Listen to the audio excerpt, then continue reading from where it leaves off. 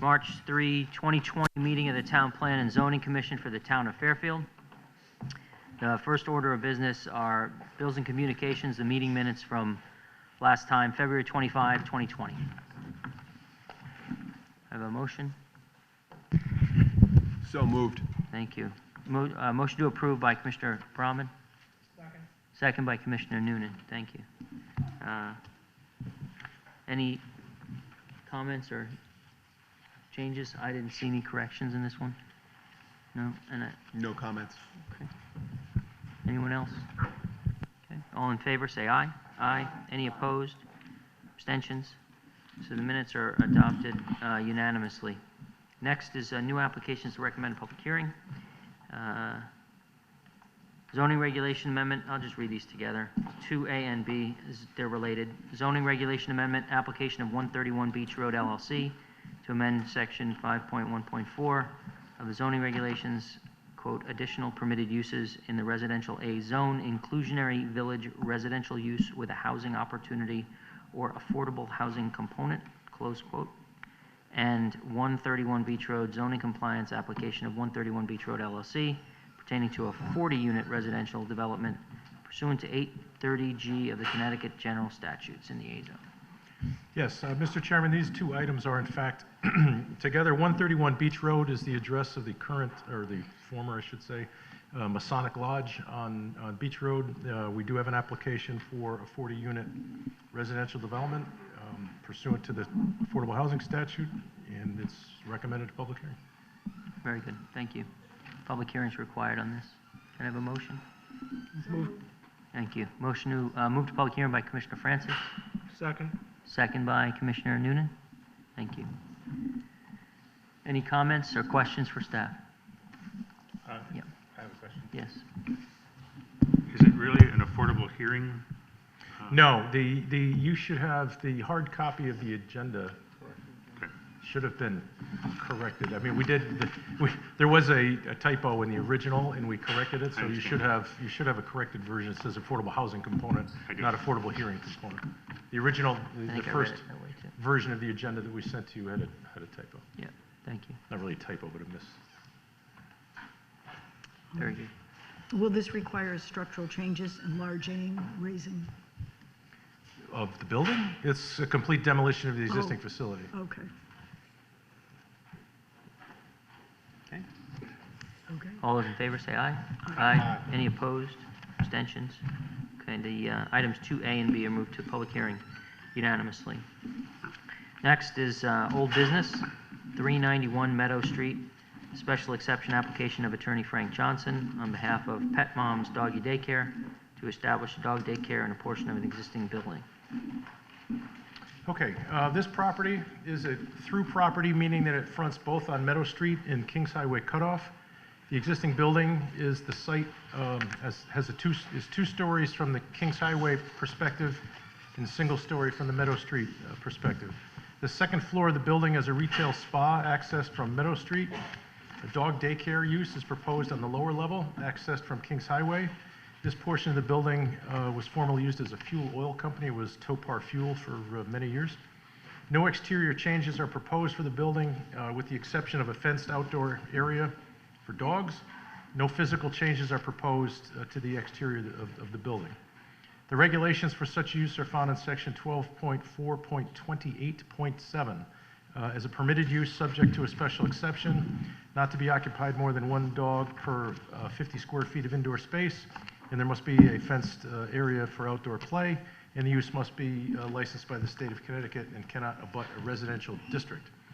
The relevant standard considerations for a special exception are as follows. 1 is the location, type, character, and size and use of the buildings in harmony with and conform to the appropriate and orderly development of the town and neighborhood, excuse me, and not hinder or discourage the use or adjacent property or impair its value. Is the nature and location of the use in buildings or structures such that there is adequate access for fire protection? 3, are the streets serving the proposed use adequate to carry prospective traffic with provision made for entering or leaving the property without creating undue hazard? And 4, is the proposed use in compliance with the plan of conservation and development? That is all I have, Mr. Chairman. Thank you very much. Can I have a motion on this item? approve. Move to approve by Commissioner Corcoran, Second. second by Commissioner Braun. Any comments? I didn't see any problems with this application. It seems to be in compliance with all the rules. There don't seem to be any neighbor problems that we're aware of. I think it's a good application. Thank you. Commissioner Braun? I don't have any objection. Very good. Anyone else? No, I agree. I'm happy that this applicant now has found a home. Been after this for a while. So wish you the best of luck. All in favor, say aye. Aye. Any opposed? Abstentions? Application is approved unanimously. Next item is 1521 Beacon View Drive, zoning compliance application of John and Dylan LLC for a 20-unit residential development pursuant to Section 830G of the Connecticut General Statutes. Okay, as I noted, we are up against the statutory deadline on this, as noted on the agenda. This site is, of the proposed development, is a half-acre in size, comprised of 2 existing parcels, one of which contains a single-family dwelling, and the other contains a 2-family dwelling.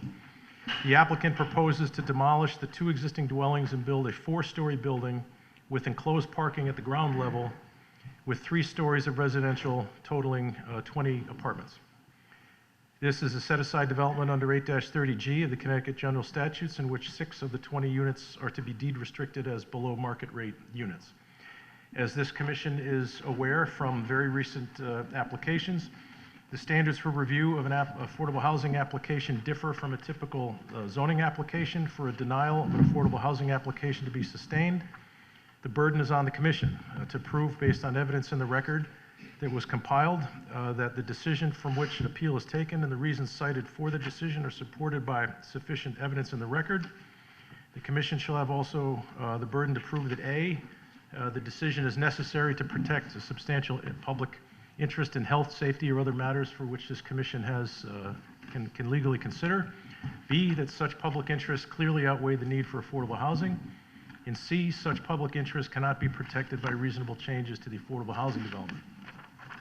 As you've heard me say before, court cases have indicated that the record must establish more than a mere possibility of harm to a substantial public interest. The record must contain evidence as to a quantifiable probability that a specific harm will result if the application is granted. Mere concerns alone do not amount to sufficient evidence to support the denial of an affordable housing application. So in this particular case, we did hear multiple issues raised for concerns, including the size and magnitude of the proposed building in comparison with neighboring properties, particularly due to the lack of the typical street and side setbacks. Concerns about the adequacy of the proposed drainage system were raised, as some neighbors are presently experiencing drainage issues, and the concern is that the proposal will worsen those present conditions. We did have the town engineer, Laura Pooley, look at the Trinkus engineering report that was provided at the last hearing, you have an email from her that confirms that upon that review, her recommendations as to the adequacy of the stormwater drainage system is unchanged from what we've already had in the file. The chief public safety issue that garnered the most attention in this matter is the issue of traffic safety, as it relates to the sight lines for the proposed access to and egress from this proposed development. The applicant recognizes the limitations of sight lines and is proposing a site driveway that prohibits left-hand turns out of the site. This is due to lack of available adequate sight lines to a driver looking to the right as they exit the site. So we do have a January 17th, 2020 email from Laura Pooley that raised the issue of a discrepancy between the traffic studies done by the applicant's engineer, Clark Associates, in the town's police department. As you heard, that speed study to determine a proper sight line by the applicant's engineer indicated an 85th percentile speed of 26 miles per hour, requiring an intersection sight distance of 250 feet, and the applicant indicated they have an available sight distance of 291 feet. The police department study indicated an 85th percentile speed of 34.49 miles per hour, requiring a sight distance of 335 feet. Ms. Pooley's 117 email opines, I'll quote, evaluating both studies, the The town study was conducted over 6 days, while the applicant's study was conducted on 1 day during the hours of 1 p.m. to 2 p.m., which may not be as representative of the traffic patterns at this site, as the 1-hour time period did not capture school traffic or morning/evening commuter traffic. Therefore, it is my feeling that the applicant has not demonstrated the required intersection site distance has been adequately provided for. That's the end of the quote. So you've heard all that already. The initial public hearing on this matter began on January 28th, and it was continued to last week. After that initial hearing, the parties, which included representatives from Clark Associates, the Police Department, Engineering, and our staff, met in an effort to reconcile the discrepancy in that data. It was agreed that the Police Department was going to perform a fresh data collection, as their previous study was done in January of 2019. During that meeting, the parties discussed the methodologies that you heard about to determine the proper sight line, and considered the Connecticut DOT Highway Design Manual standard versus the American Association of State Highways and Transportation Officials, the so-called AASHTO standard. The parties agreed at that meeting that the CONDOT standard is the appropriate standard to utilize for the site analysis, and thereafter, additional data was collected.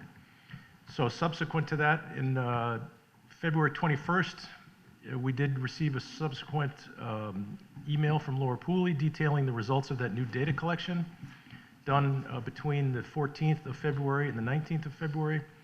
That new data reflected an 85th percentile speed of 28.5 miles per hour.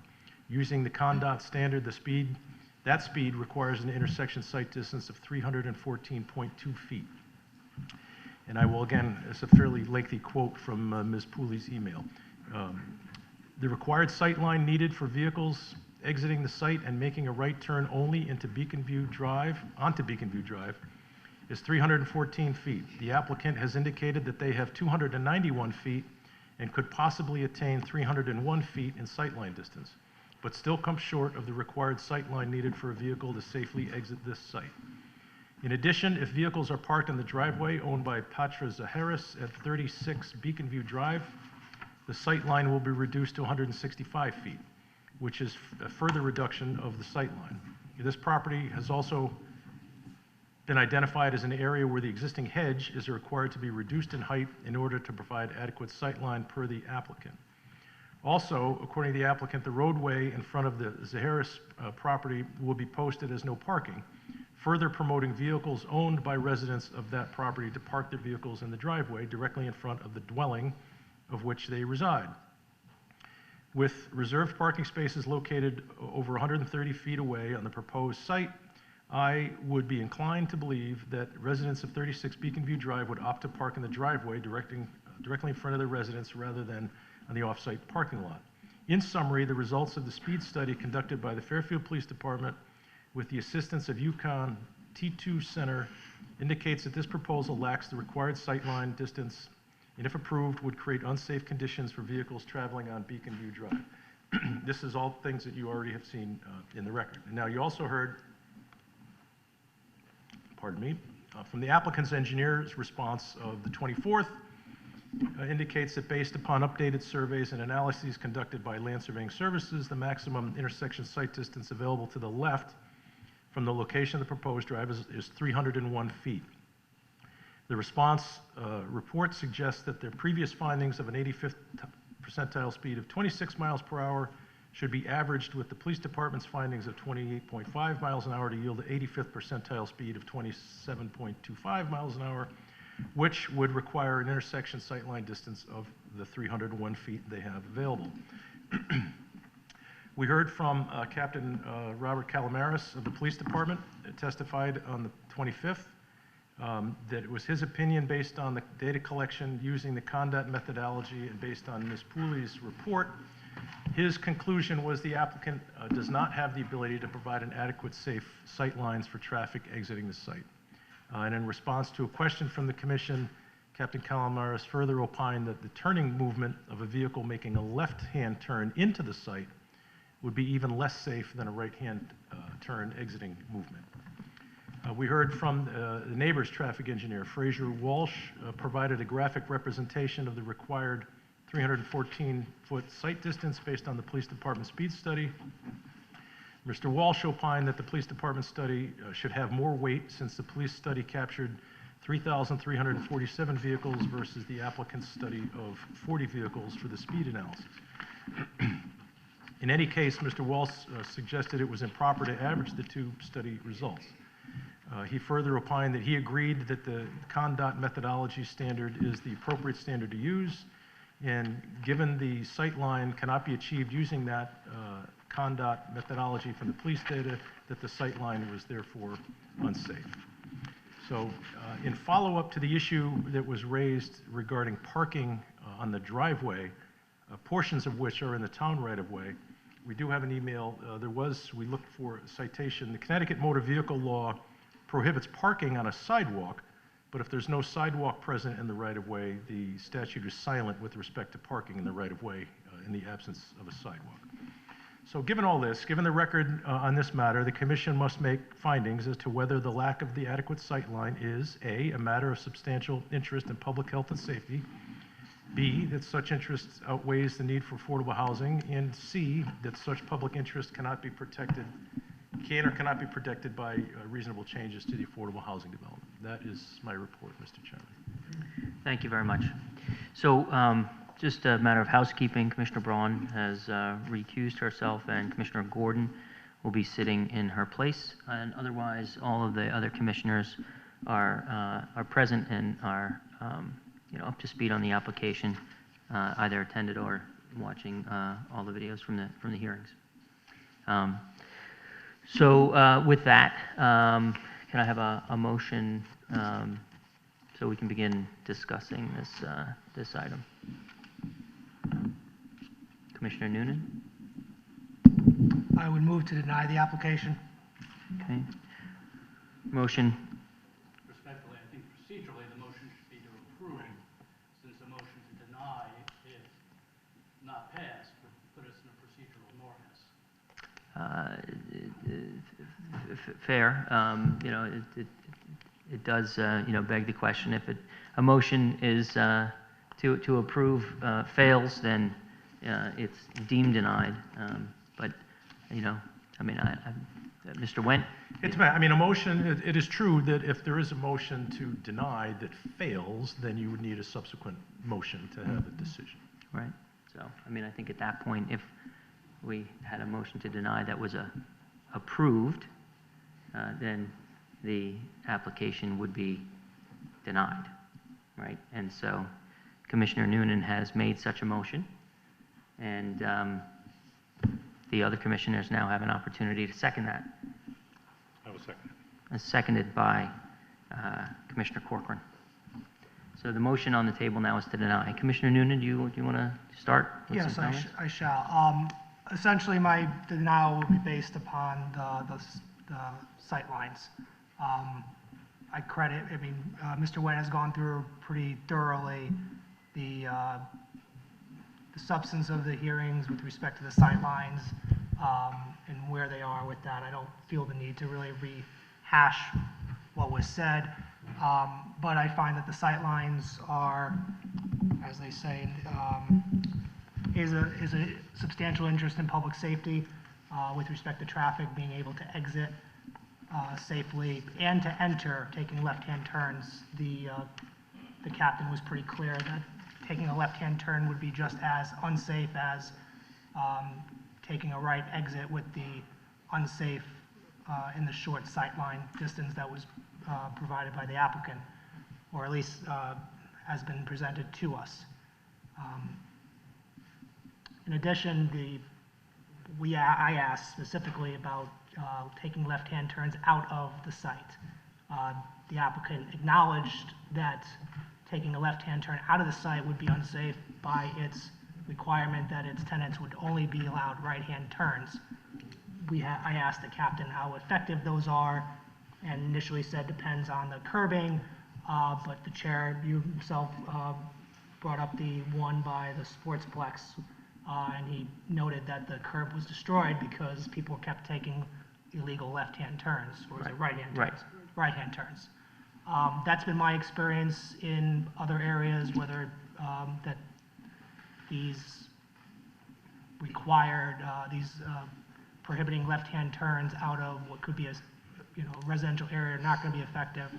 But ultimately, between that and the sight line, as shown by, as opined by Ms. Pooley and the captain as being unsafe, that is a significant, substantial interest in public safety that I believe outweighs the need for affordable housing, and I do not know of any way to change or modify this application to address those concerns.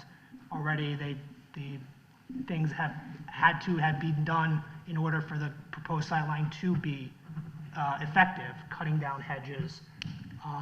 Apparently, with the right-of-way in this person's driveway, in order to effectuate that right-of-way, having a sidewalk being built potentially to prevent people from parking in that area.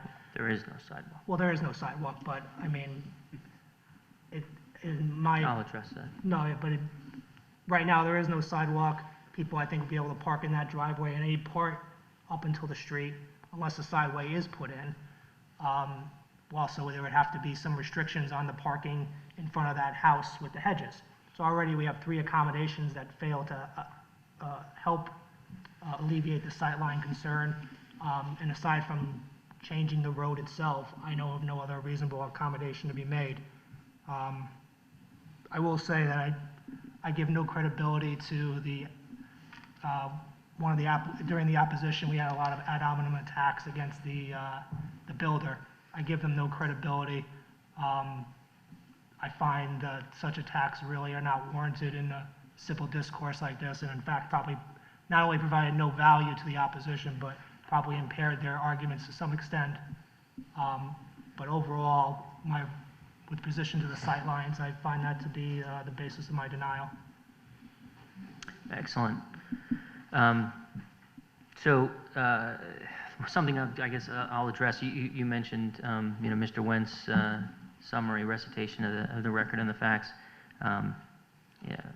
We ought to consider, after we have comments and discussion, adopting a collective statement if we are to deny the application for all of these reasons, and citation to all of these facts and such in the record, so that our decision is clear. I will have some comments with respect to the sightlines and the right-of-way issues as well. So I think we ought to just reserve amending that motion and amend the collective statement until we kind of have sort of everything out on the table. So with that having been said, Commissioner Corcoran, you were seconded on the motion. I agree with everything Mr. Noonan has said. I just wanted to emphasize 2 things. One is that I believe that this safety issue is quantifiable because we have state standards as to what is an acceptable sightline distance, and that is a quantifiable standard to measure this against. Secondly, in terms of, there was a lot of discussion about which state standard to use and which measurement and so on, but even if we were to use the standard that was most favorable to the applicant, we would still have the problem of the cars in the driveway blocking the right-of-way. So it's still there, and I don't think there's any recourse for preventing parking in front of your own house in your own driveway, especially given the law we just saw. And the last thing I would say is that the applicant recognized that the sightline was a big problem coming out of the driveway going one way, and now we've got testimony showing that it is a problem going the other way. And I think that it's, if you come to the conclusion you can't turn right because you don't have a sight line, then I think you come to the conclusion that you can't turn left if you don't have the sight line. Very good. Thank you. Commissioner Levy? Thank you. While I disagreed with procedurally with the motion, I agree with the conclusion that this application should be denied. And I'd like to state for the record some of my concerns. there's no question this town needs more affordable housing. Only 2.5% of the housing qualifies as affordable, and I look forward to the opportunity to review a 830G application in another area of town, which is calendared for our next meeting, or for a public hearing. That being said, I think there's significant safety concerns, particularly the traffic, which militate in favor of our denying this application. I think the issue of drainage, based on Ms. Pooley's analysis, while some of the neighbors are concerned about the water table and flooding, I feel that the drainage is adequate. In terms of the traffic and sight lines, however, that remains a problem. Now, I think the issue of whether it's the CONDOT or the American Association of State Highway and Transportation standard should be applied, I think that's somewhat of a red herring. Because even though the CONDOT standard is a stricter standard, the American Association standard is a national standard, and based upon the evidence, it would appear they do meet that lesser standard. So I'd be hard-pressed to say that just based on not meeting that standard in and of itself, that does not establish a concern for public health and safety. But again, that's a red herring because there are significant factors about the site which present a serious threat to public health and safety and for people traveling along Beacon View there. I note there was an issue as to whether or not the average speed or the 85th percentile was 26 miles per hour or 28.5 miles per hour, and a request that we average them. Well, when you're talking about public safety, you don't split the baby, or you don't say, here, I'll give you one hostage and you take the other hostage. No, it's one or the other in a situation like this. And in this case, I reviewed both, and I think the police study and the determination of 28.5 miles per hour is, that is the average speed that we should consider. And I would not even consider averaging the two. And a car traveling at that speed is going at about 42 feet per second. And where that's a concern is we know that there are problems with hedges and people parking in rights of way, and that to meet the either 273 or 301 feet, you need a clear sight line. And if somebody is parking in the driveway in the right of way, which is legal, then the right of way or the sight line will only be 165 feet, which means someone coming out of that driveway will only have 4 seconds at best to determine whether it's safe. And frankly, with that amount of time, it may be too late. We also know that this is an area that's often used to get to various schools. The very school we're sitting in right now, and the high school. And as one who once lived on an area frequented by students getting to Fairfield Prep in the morning, during certain hours of the day, one can expect that the average speed will exceed 28.5 miles per hour. I'm concerned also about the fact that while it would be posted as no left turn,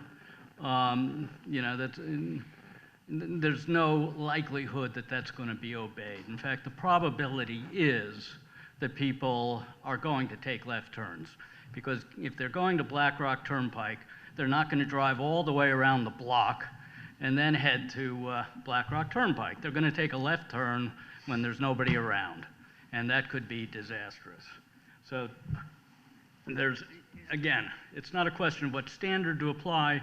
It's a question of dealing with all the circumstances and the various factors that make this area unsafe.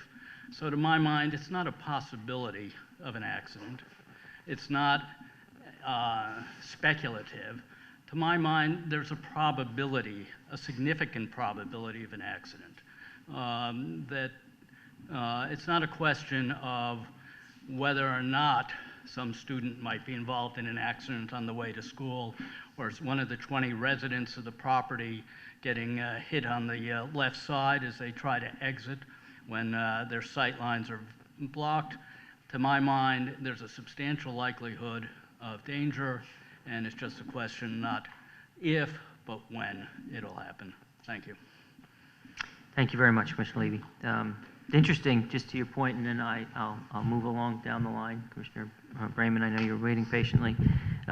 One of the things that I was going to raise for all of our consideration, Commissioner Levy, to your point about AASHTO being, the division between the two standards being somewhat of a red herring, is some research that I did along with the town attorney, which I'll explain in a little more detail. But the case is Stefanoni versus the Planning and Zoning Commission of the town of Darien, 2012 Westlaw 547-6918.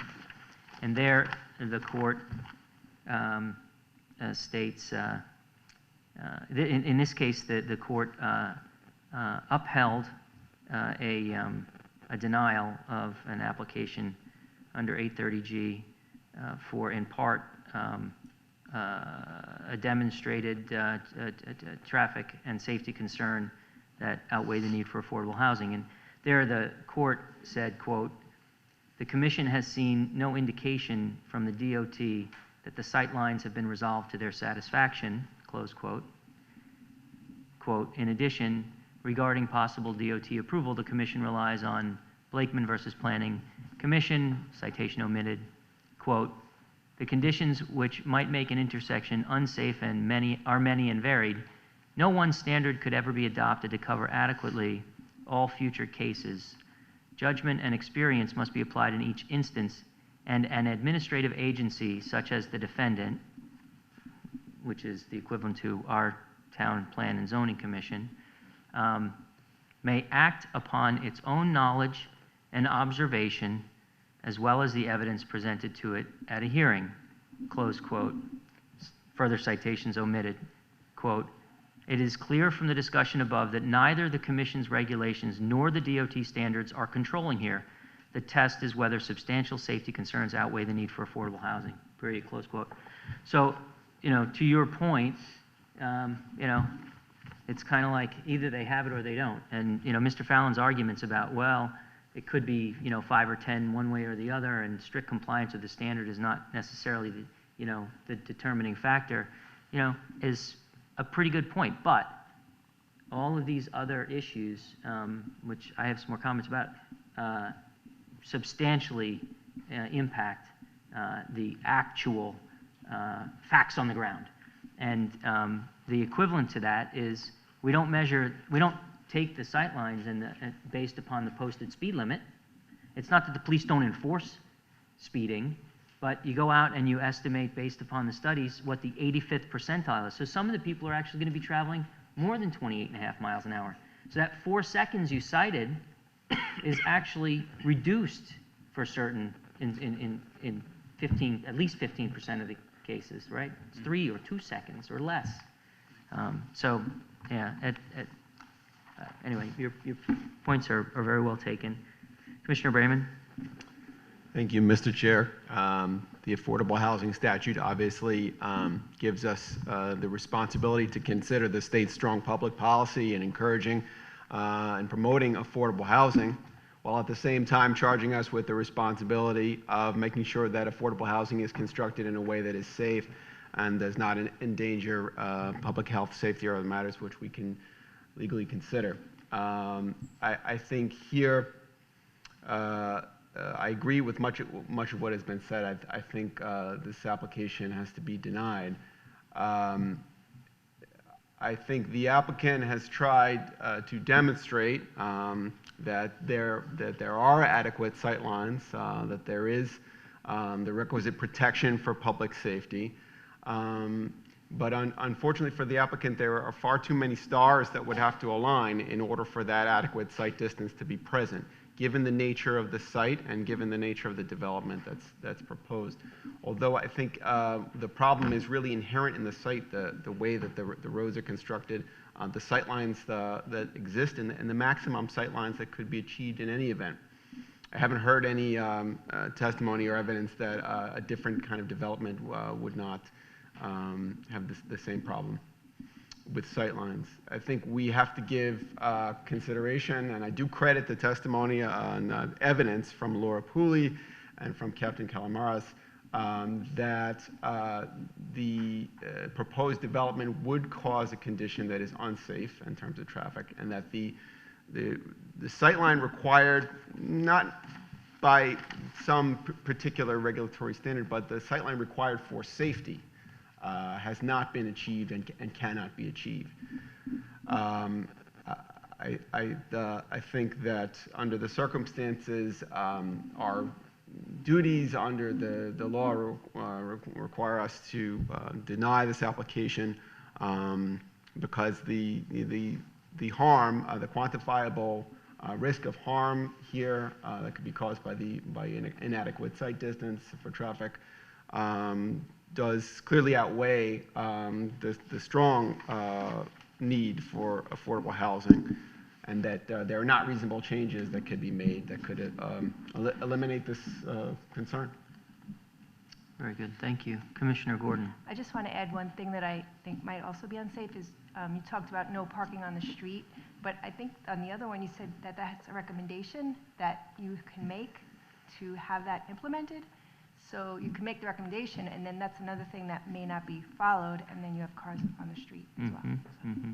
That's correct, and we can't base an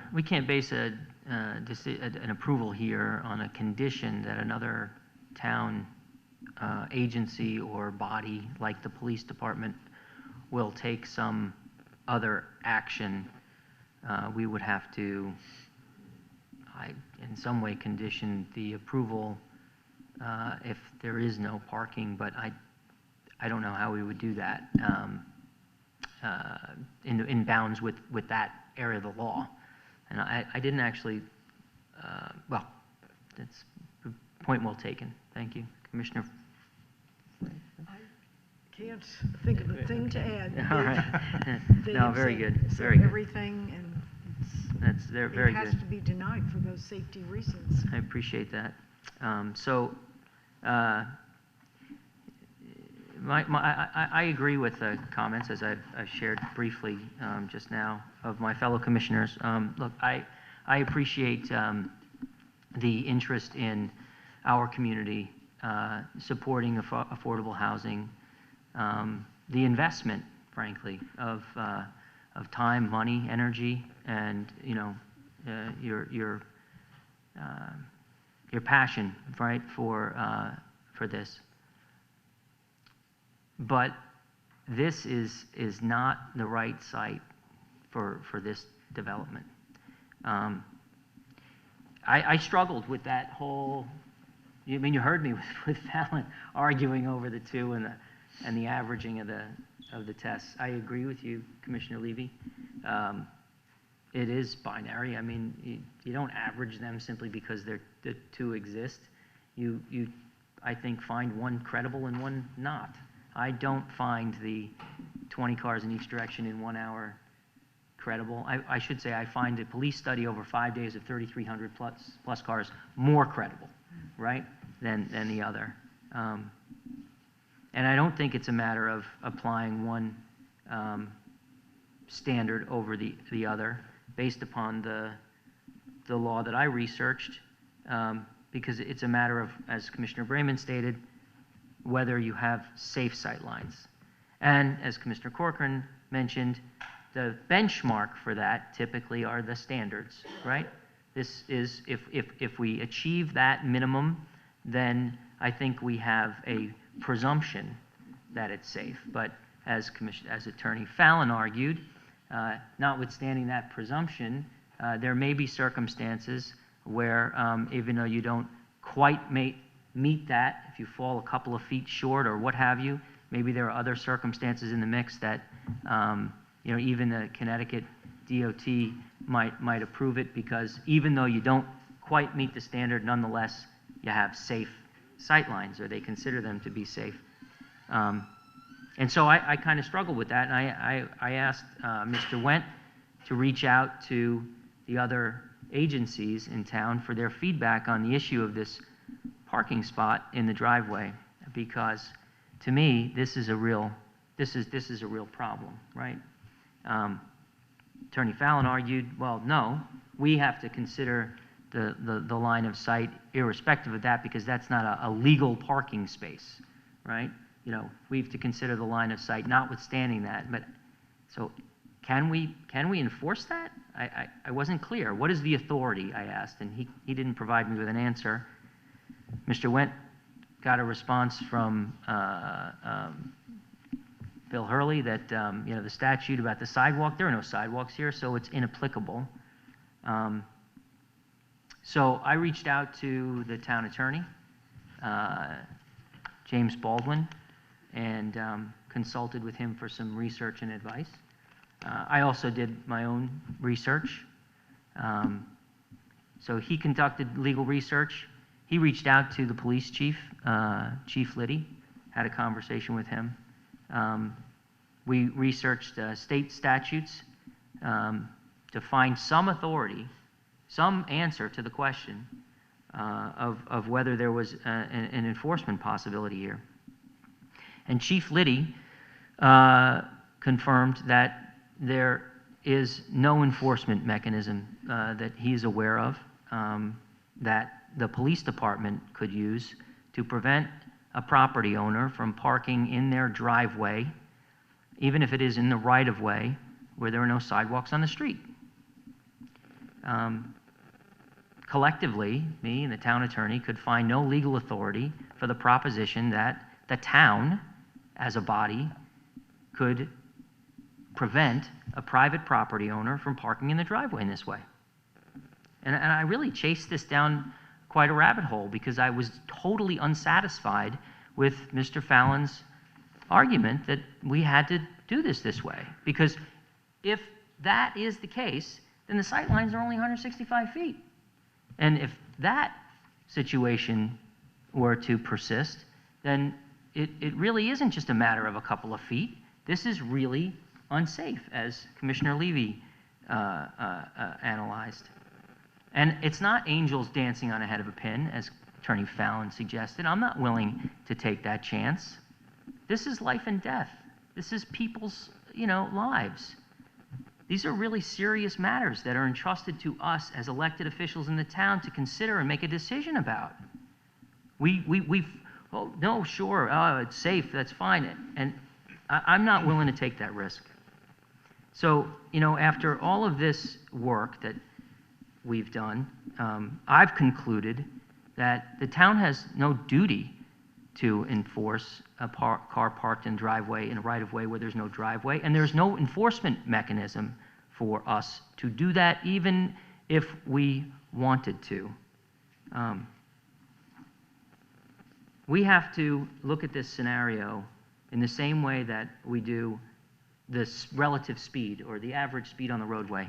Not by the posted sign, not by whether someone is legal or illegally parked in their own driveway, although that in itself, to me, is just ridiculous, to think that someone could be illegally parked in their own driveway where there's no sidewalk, where they're not blocking anything in the right-of-way.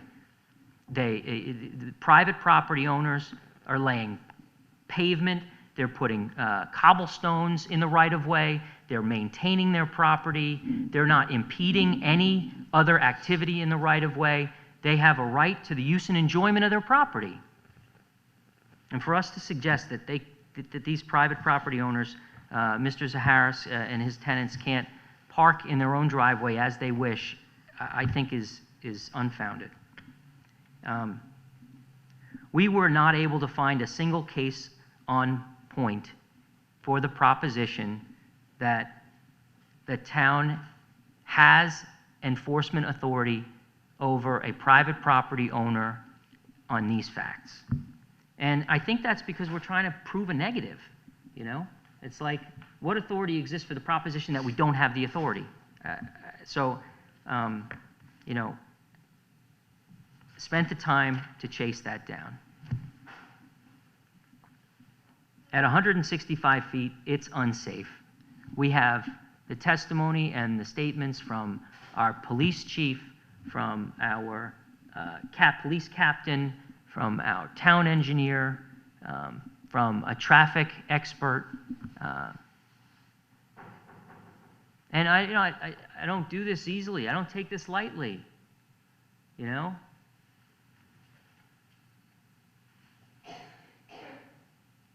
So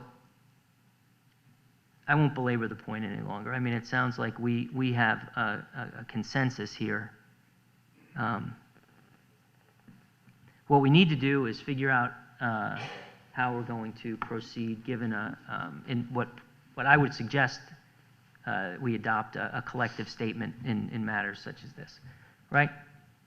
So we have the basis of the factual record as Mr. Wendt put together, and thank you very much for that. I know that wasn't insignificant amount of work to do.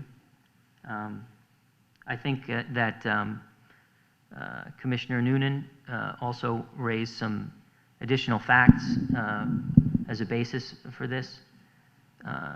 Commissioner Levy, you also articulated further analysis and specific conclusions with respect to the probability of the likelihood of a harm to public safety. I would encourage us to adopt some of the things that I articulated with respect to our the town or any authority to have an enforcement mechanism with respect to a car that's parked in the driveway in the line of sight, because I think that's really significant, right? I mean, it sort of stitches together the logic from your analysis to the facts on the ground. So I think it's an amended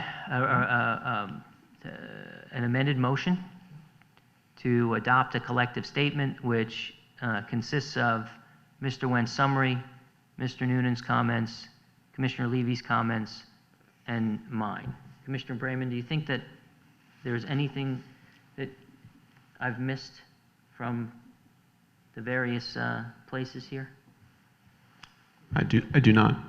Thank you. All right, so Commissioner Noonan. I so amend. Okay, so the motion is amended to those items that I recited. Commissioner Corcoran? Yes? You agree? Okay. Commissioner Corcoran agrees to amend the second. Okay. Any other comments or discussion? Okay, so the motion is to deny the application and adopt the collective statement as I've described. Okay. All those in favor say aye. Aye. Any opposed? Any abstentions? Okay. The motion to deny is unanimous. Okay. Thank you.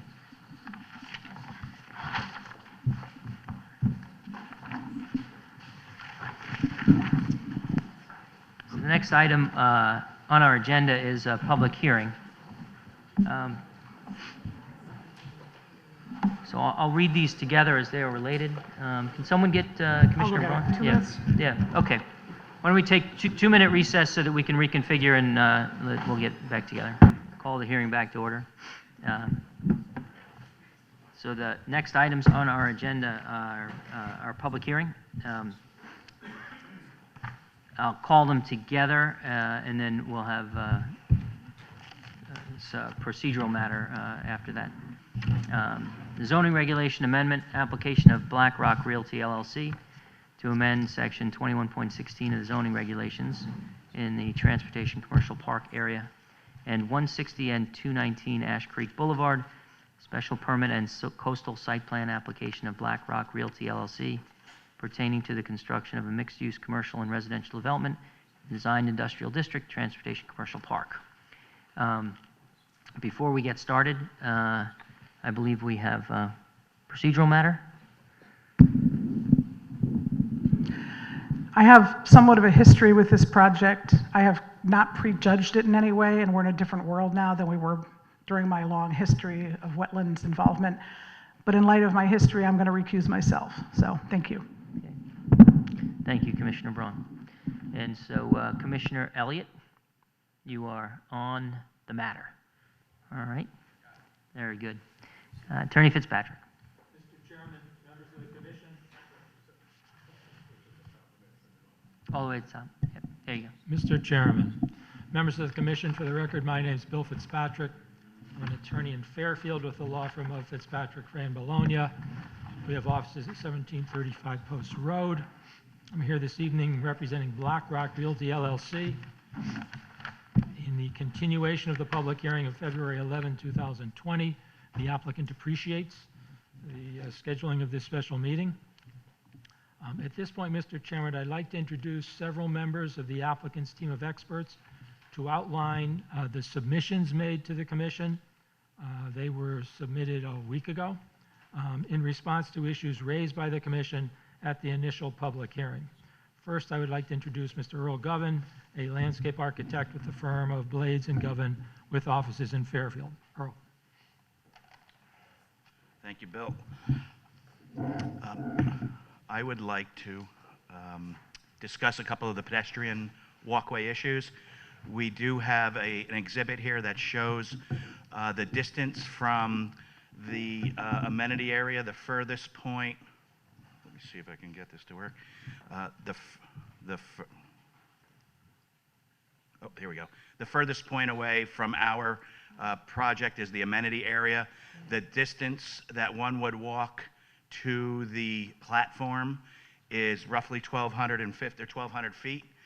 The distance from the furthest parking space out to the train station in downtown Fairfield is over 1,300 square feet. So as a relation, I was trying to compare our project with the parking lot at the existing Metro Center, and our furthest distance is less distance than the furthest from the parking lot.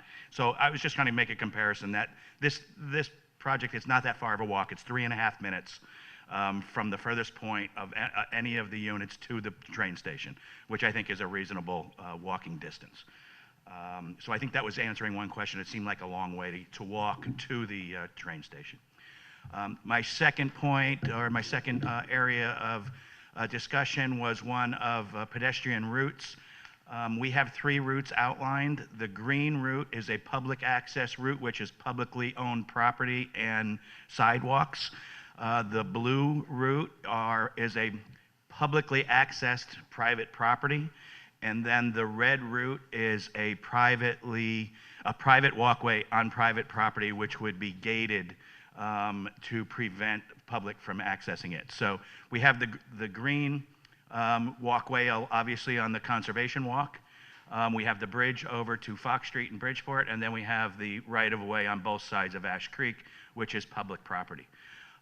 The blue are internal circulation paths that are obviously open to the public, but it's on private property. It's what we would assume is a visitor coming to park and visit somebody can walk within the unit, but anybody else could as well. It's just private property. And then the private actual walk on the perimeter of the site would be located there. At this point, that is my section of the presentation. If there's any other questions in regards to the site plan before I step away. Sure. One of the things we brought up last time was that the shortest way to the train station isn't provided for, and crossing the Ash Creek Boulevard is not provided for. Well, we're going to, Mike Galante is going to discuss a couple of the crossing options. However, there really is no way, since there is a retaining wall that runs somewhere in here that drops down about 35 feet. There's no way to get to the train station from any of these locations other than through the parking lot currently. And you're ruling out the tunnel as a walkway? And again, the tunnel, as I brought up last time, was a vehicular access, primarily a vehicular access between garage levels. Well, I know. Actually, I think I missed that last time. Okay. You were thinking of it as a vehicular tunnel. I was thinking of it as a walking tunnel. And I'm sure it accommodated both. However, it did connect 2 levels of parking garage as the main connection. We, again, are not proposing a connection at the tunnel level because we've provided one at the north end of our project site at the platform. So pedestrian-wise, we can access it. We're just having trouble connecting, as we discussed last time, we're having trouble connecting those elevations of that tunnel to make any sense of its use. So we have tried, it just doesn't seem to work with the levels of the parking that we have. And I think that, to the point, that will persist until you develop the concourse side, Correct. where you plan to, raise the ground level and build the concourse building at the same grade as the street, right? Correct. So at that point, we would look at Mr. Galante's proposals for pedestrian crossing on Ash Creek Boulevard and some of the other streetscapes that are. Correct. that are Mike has there. a few options that we've vetted out based on the town's history Yeah. and the approach that they take towards crosswalks. Yeah. Go ahead. Yeah, no, so, I don't want my comments to be sort of mistaken. I still have concerns about the, streetscape and sort of the overall flow of the site in terms of, what our regulations were designed to incent and sort of the integration with the community and the streetscape, the mixed-use aspect of the overall development. Maybe you could talk for a moment, especially in light of the conversation you're having with Commissioner Corcoran and development phases. Maybe you could talk for a moment about that and what your expectation is in terms of how this would unfold over time. As we spoke last time, yep. Okay. Well, Pete's getting that up. We discussed last time that Building 3 was our Phase 1, and that includes the amenity area, the internal amenity area, and the parking associated with that. We anticipate that the hotel would be Phase 1A, which would be either concurrent with Phase 1 or at the same time as Phase 2, somewhere in between there. And that would start to develop that front. Okay. So,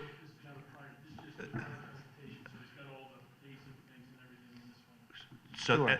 Go ahead. So, just right there, why start with Building 3 in the back of the lot as opposed to Building 5, which is sort of front and center and, streetscape adjacent to the hotel, all that?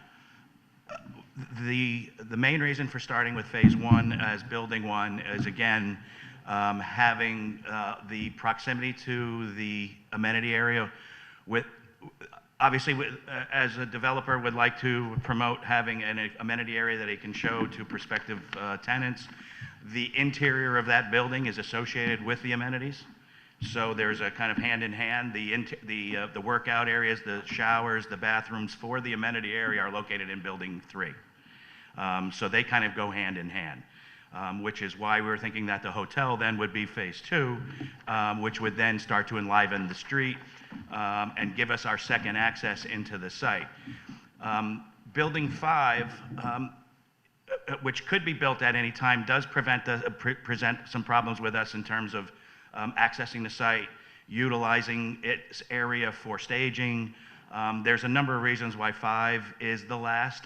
It's also tied a little bit to what's going on at the concourse, so I think there's a little bit of tie in there. But that's really the philosophy of really trying to get the amenity area and get those residential units that are associated with that, get the buildings that are associated with the amenity first, and then working our way out of the site. One of the issues, I don't know if it was brought up or it was relayed correctly, is that Building 5 is and I'm going to come all the way out to Building 5 on the Building 5's orientation is somewhat necessitated on the fact that there's a huge grade change between Ash Creek. between Ash Creek and the building. So in this area here, that slope drops down 15, 20 feet. So in order to get down to the garage and open the garage up to air, we have to get down to it so we're not burying it. But that's not necessarily a very easy connection due to the fact that, again, this elevation up here is 45, this elevation down here is 25. It's 20-foot grade change. It really, the streetscape is not an urban style streetscape. You have this sloping down. It doesn't connect well to the building itself. So if your building is at 45 and your first floor is at 45, by the time you get to the end of building 5 of that little wing, you're going to be down at 35. You're 10 feet below the finished floor. So it just doesn't work well on trying to create a pedestrian-oriented retail development that's on Ash Creek. Even when the project is full built out, there just doesn't seem to be many opportunities many more opportunities to take advantage of that due to that grade change. You know, we looked at swiveling that wing of that building out, but again, because of the grade change, it wasn't doing us any advantage. Well, what about commercial on the ground floor of Building 5? And I'm going to have Ray Sullivan, the architect, discuss how he achieved some of that. Okay. In putting some at that knuckle to provide that, Yeah, I mean, that look. You know, you've got the opportunity there even for a promenade of sorts, you know. Absolutely. Especially considering that it's interior to the property where folks might feel more comfortable actually walking around. I suppose, and then I'll let you guys move on, but the goal being to, you know, have development which attracts people who don't live there, right?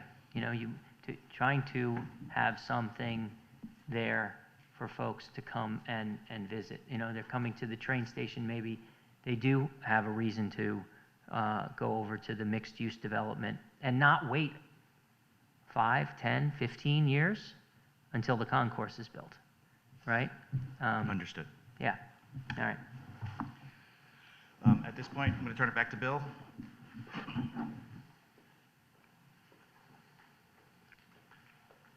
Thank you, Earl. Mr. Chairman, I'd like to introduce Mr. Michael Galante from Frederick B. Clark and Associates.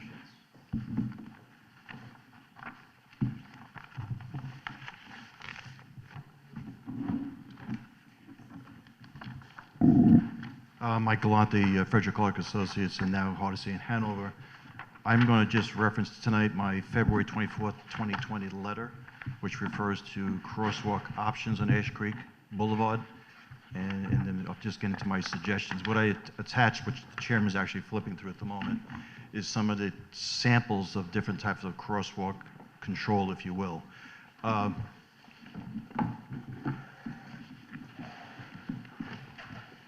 It pages it all the way through? Okay. Oh, there it is.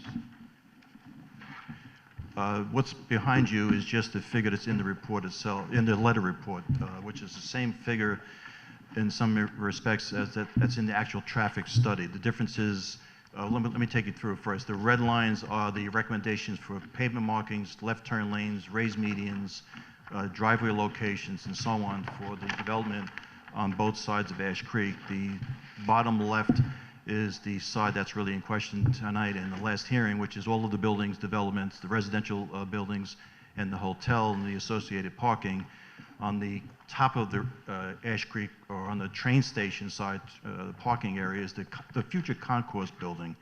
And I think we'd all agree that the crosswalk is not needed until the concourse building site is developed.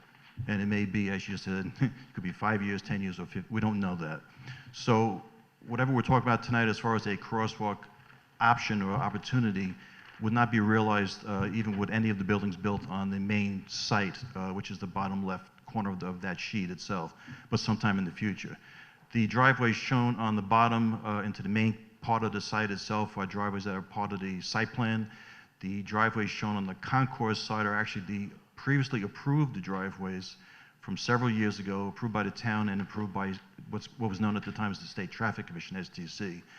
Today it's called OSTA, same organization, different name, some different processes today. Those are shown as placeholders for the moment, and I only mention that because the crosswalk location may change in some respects. It'd be generally in that area that's shown, but it would change depending on the final location of driveways into the concourse side of the site. So just keep that in mind as you go through this. Other, I think they're all here. There are different types of crosswalks. I think at this location, a typical crosswalk with no supplemental signing and potentially street lighting and so on may not be appropriate on this type of road. Speeds are about 33 miles per hour. We're looking at that as far as location, the curvature of the road, the geometry of the road itself.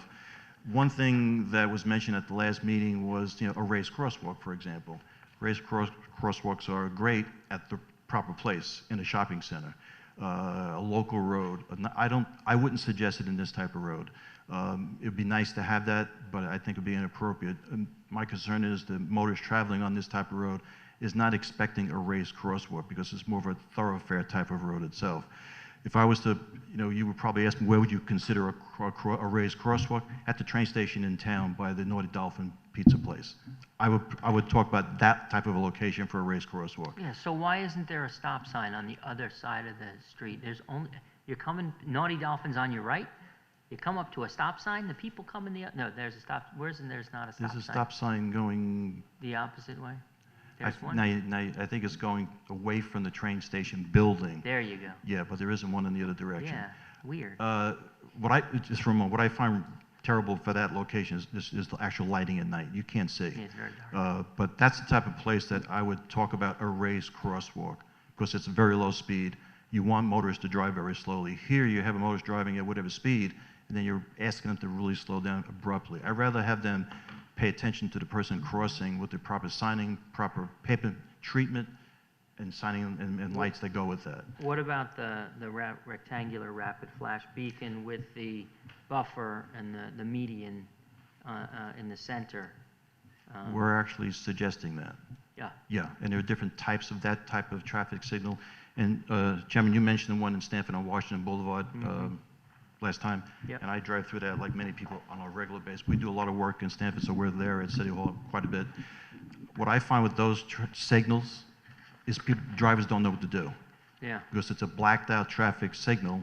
It doesn't look like a typical traffic signal with the configuration of the lights and the heads on it. It's blank. Motorists are driving, and all of a sudden it starts coming on and starts operating, and the driver simply doesn't know what to do. But there are signs on the side of the road about this big with very small lettering that you're expected to read. And not to be funny, but people just don't know what to do with it.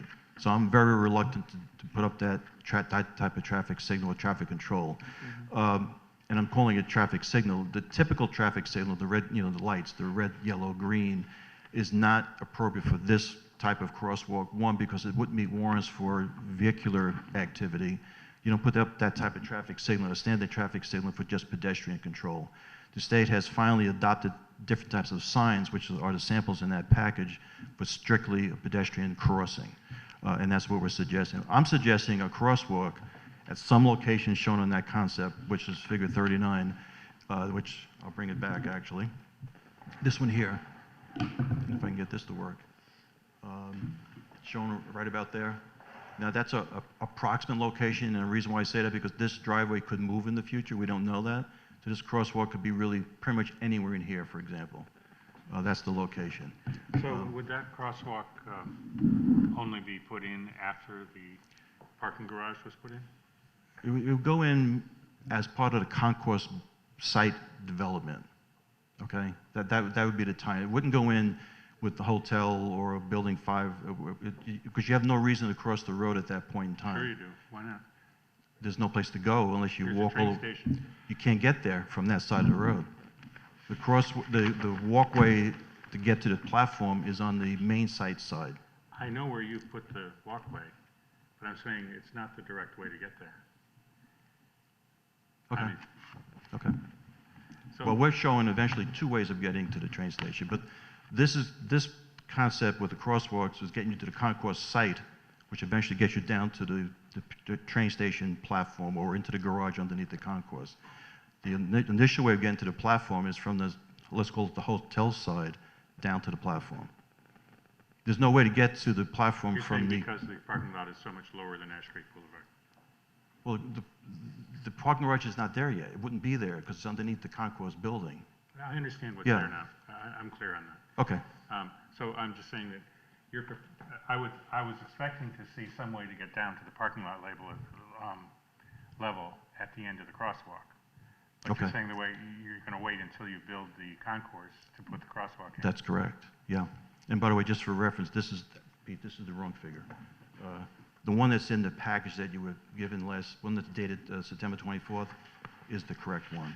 This is the basis of, it's the next step of that one. So, Just so you know, the one you're looking at, the hard copy is the right one as far as the crosswalk locations, the signing, the type of treatment, the raised medians, the turn lanes, and the pavement markings. That's more of a complete, that was a worksheet that's actually shown there.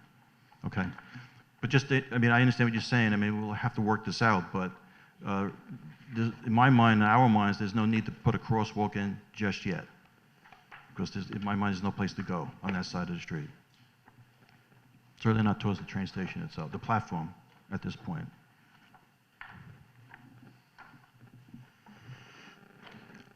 okay. And we can get back to that, of course. But back to the type of treatment, I would suggest a crosswalk that's obviously very visible. We've done some that are, different type of pavement treatment, whether it's brick pavers or something. We still have to have the white lines on each side. We've had a lot of discussions about that. And what we now can do is put the signs in, the crosswalk signs, advanced signs for warning of the crosswalk, signs at the crosswalk itself that light up. And they light up, you can actually have them activated by a push button, or you can have them activated by sensors now, and they work solar power typically, and they will light up as someone's ready to cross the street itself. And then you go through the sampling, which I'll put up there. It's just different types of crosswalks. This one here is a raised crosswalk, and there's some discussion about where you put these, and it doesn't recommend putting it on the type of road that we're talking about. But it just showed this as a type of treatment as far as the pavement markings, advanced warning signs, and so on. This is just a detail from Connecticut DOT. They do put them on some roads, but you don't see them on too many roads as raised crosswalks. This one here is actually at the Stamford train station. That's North State Street right there.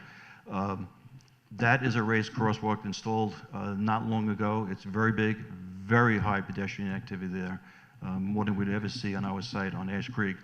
But that's with actual pedestrian traffic signals in conjunction with traffic signals for the roadways underneath the turnpike itself for the buses to come out. So it's a combination.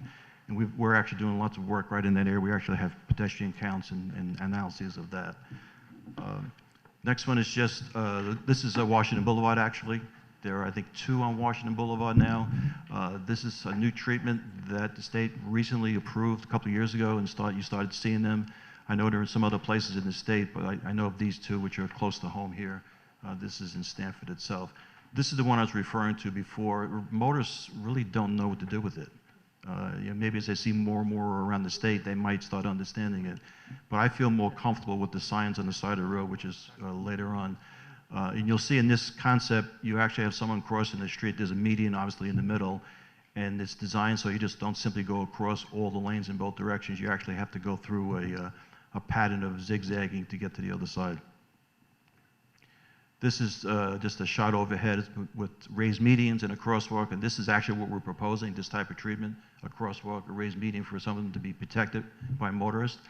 Gives you an opportunity to put signs in the median, additional pedestrian warning signs that light up. You can put them in this configuration for both directions, and not just one sign on the curb, but one in the median facing the same direction and one on the curb side. And I'm sorry, let me just go back. This is where you put what's called a rectangular rapid flash beacon. It refers to the overhead ones and the signs on the side of the road. This is becoming more popular. This is simply another shot. Going in the wrong direction, sorry. This is simply a design that DOT is using. This is just the standard signs. This is actually Post Road East in Westport. That's by the Westport housing on the right side. I always forget the name of it. But this is the type of signing that we're talking about. This is activated. And the sign actually lights up around the edges, and it's actually quite visible. It lights around the whole site itself. It's solar powered, as you can see from that. And if you drive down the Post Road past Stop and Shop, going towards it, you see the approach signs. The state's been very aware of this stretch of road and the issues related to this stretch of road. It's different. I drive this stretch a dozen times over the weekend, every weekend. Yep. During the day, at night, I have never once seen that activated. I've seen it once or twice. I've seen people running across the road, Yeah.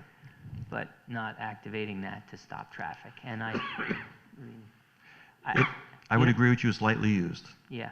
And I would say in this treatment of a four-lane road straight like this, with speeds that are much higher than Ash Creek, this is not necessarily the right, I'm showing you as this type of treatment we're suggesting on Ash Creek, but I would agree with you, we did all of this. Mm-hmm. This is not the right treatment for the post road. Right. Okay. Okay. And I would agree with you. And I do respect your comments. This is just details of, this is where you raise up the entire intersection. This is just a treatment you see in an urban condition. It's certainly not something we're recommending here. We just put together a whole bunch of samples. This is an entirely raised intersection. You see this in more urban conditions. Sometimes when there's a completely new development, you might see this. You might see this internal to our site, for example, but not something on Ash Creek itself. Just again, another treatment. You'll see the palm trees. You do see these in Florida. This is just the different sight lines. But what we're recommending, let's go back to, what we're recommending really this treatment, but not raised, but something with, may not be this color scheme, but something like this that's very visible and gives you a very visible approach from the motorist and the pedestrians crossing the street itself. This is the type of treatment we're recommending, and yeah, we don't suggest it tomorrow if this was to be approved and built tomorrow, but sometime in the future when the driveways across the street are set on the concourse side, because I think those driveways will likely move at some point and not be placed where they're shown on the plan at the moment. And that's what I have at the moment. Okay. Okay? Anybody have any questions? Thank you very much. Thank you, Michael. Mr. Chairman, at this point, I'd like to introduce Mr. Ray Sullivan, a principal in the Sullivan Architectural Group with offices in Milford.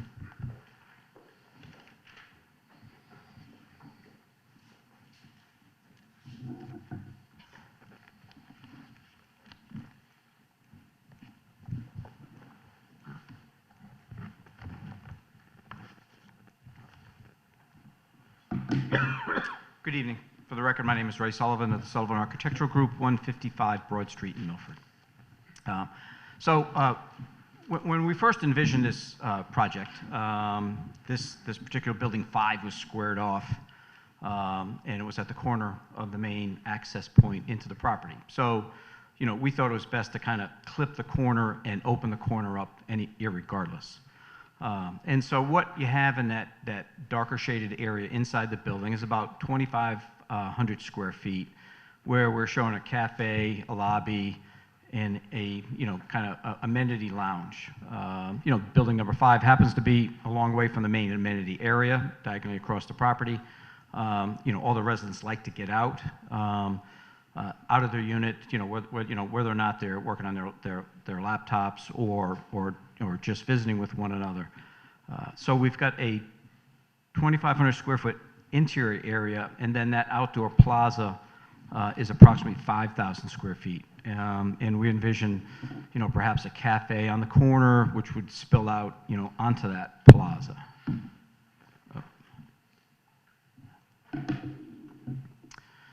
So again, there's a plaza that's about 5,000 square feet. What happens, you know, as you leave the view here, as Earl was explaining, you know, the road and the building, the grade adjacent to the building drops off 17 to 20 feet down to the rear. So it becomes more difficult to connect the road, you know, to the building. So at this particular spot here, and then if you cross the sidewalk and the boulevard access way and get to the front of the hotel or cross to the concourse, you know, at full development, you know, you'll have a relatively active area, you know, up on this platform area that is actually level with Ash Creek. So we envision, you know, building 5 as being activated on the corner, being, you know, a welcome entryway, into the community. I'm sure if there was increased interest in additional retail area, could that grow down the side a little bit? It could, but this ends up being a walkable area. So, it's not the traditional, I'm going to go to that store, I'm going to park right in front of it. It's off the walkable, Ash Creek Boulevard, and the development itself. So there's limited parking, right at this location. So, I think we've got a kind of an active, engaged corner here, which we'd like to see interact with the hotel directly across the street and eventually with the concourse building. But again, interior and exterior, we've got about 7,500 square feet of what we see as active area. So when we look at the plans for the landmark expansion on the other side of the tracks, Yes. a lot of what we talked about was commuters getting off the train and traversing that area or using it. I mean, there's retail there. It's a pathway to go home. But here, it's isolated from the parking lot. You've got all those people getting off the train, and they don't have an easy way to get here. Now, you may be saying, well, it's not where they live, but I mean, it's part of this train station community that we envision, and it seems that they're blocked from it. You need to use the mic, I think. Sorry. Well, if you're traversing Ash Creek Boulevard and the sidewalk there, you've got full access to it. Whatever street front we do activate, I think needs to be on Ash Creek. It's just that the site behind it is distinctively lower and at such a disadvantage, in terms of access. These are the only areas that we could fully activate. Well, I mean, it seems like you could design a way for there to be access, but okay. Commissioner, if I might, I worked on that trademark file. When they built those buildings, before they built those buildings, there's significant commuter traffic walking through those lots before construction. There's nothing south of here to go to. They're not walking to Ash Creek. It's just a different set of circumstances. There are houses to the north of Trademark 2, Trademark 1 for that matter, and there are people traipsing through that parking lot all the time, and they knew they had to address it, and they did address it. That's simply not the case here. I think it's just a different set of circumstances. I don't think you can have the same set of expectations given the different circumstances at hand. Thank you. Any other questions, Mr. Chairman, for Mr. Sullivan? Not from me. Anyone else? Okay, thank you. Thank you. If I might conclude.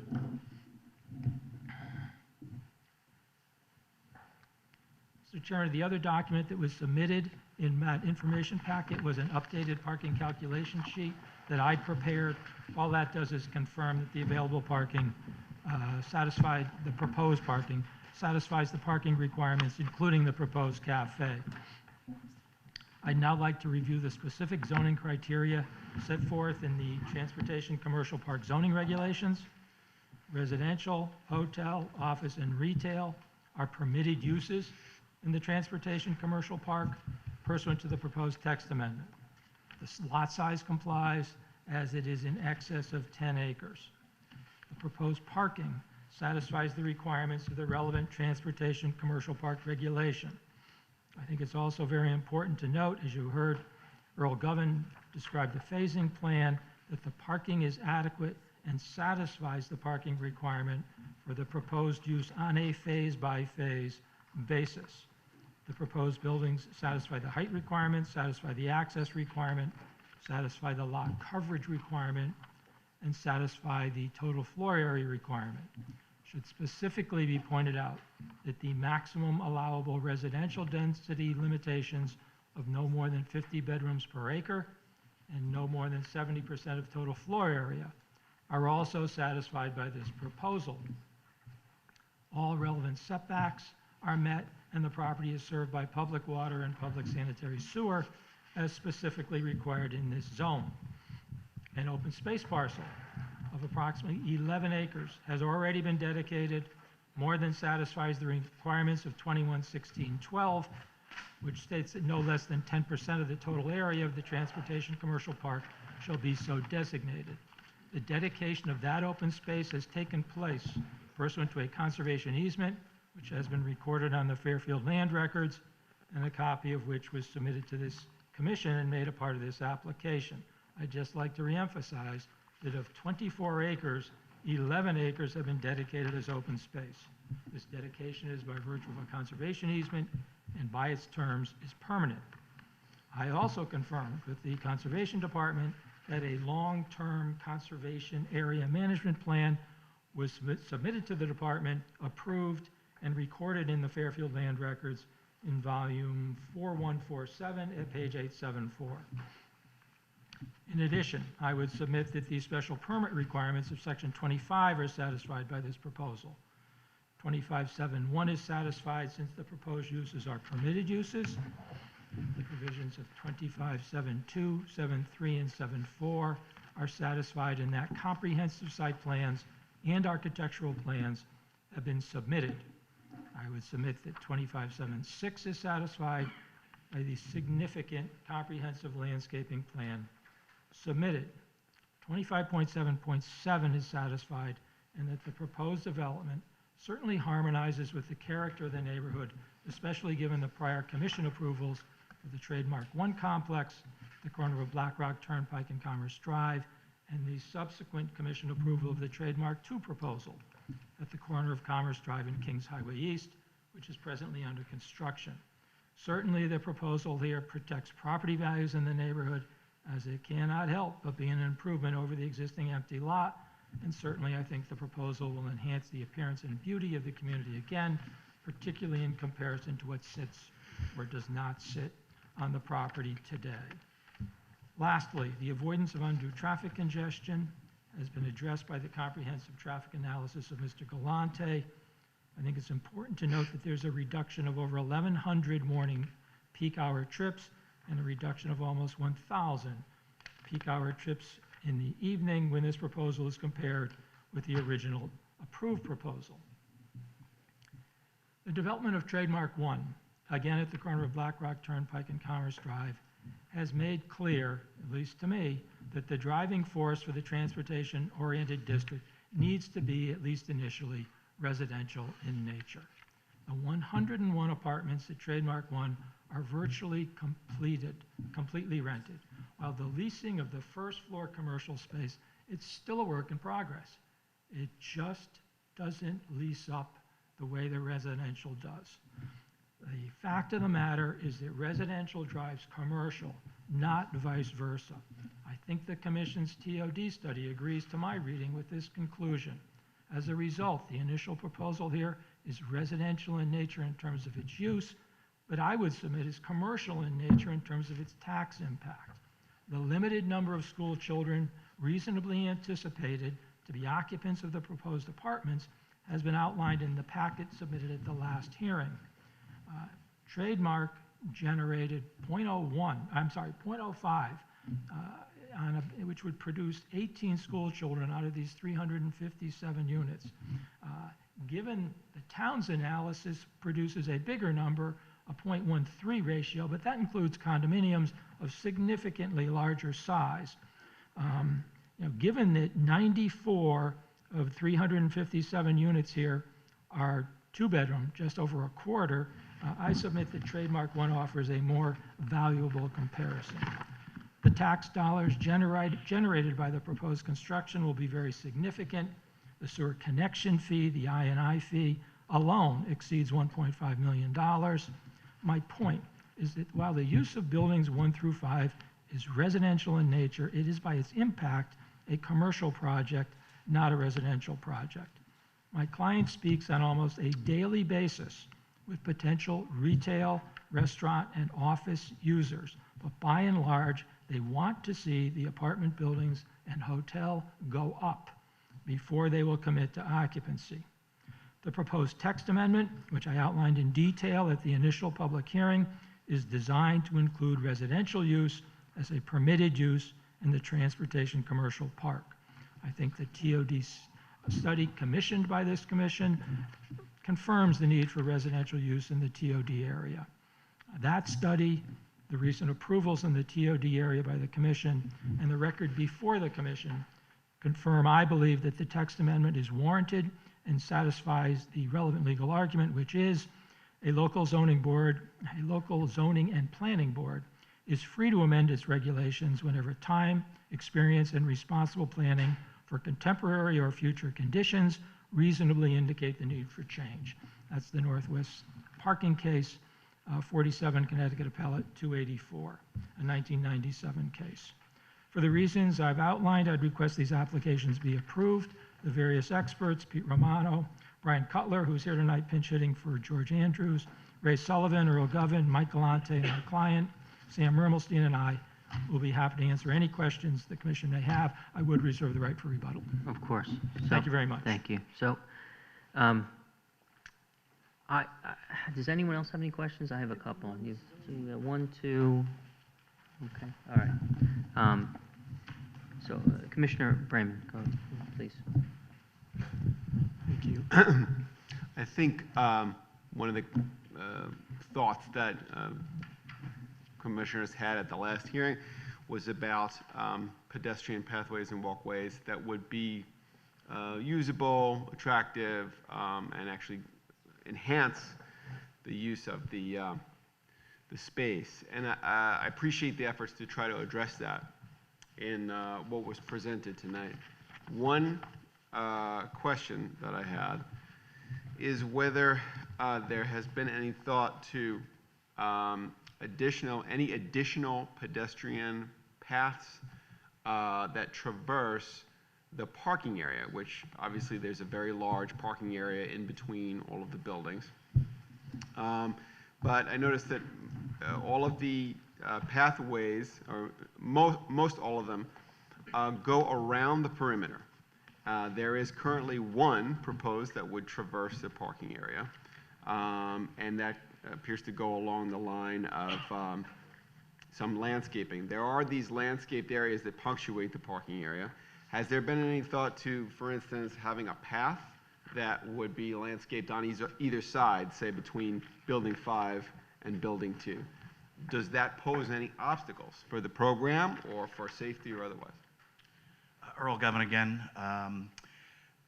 The pathways that are located try to take advantage of the opportunities we have, where we have islands.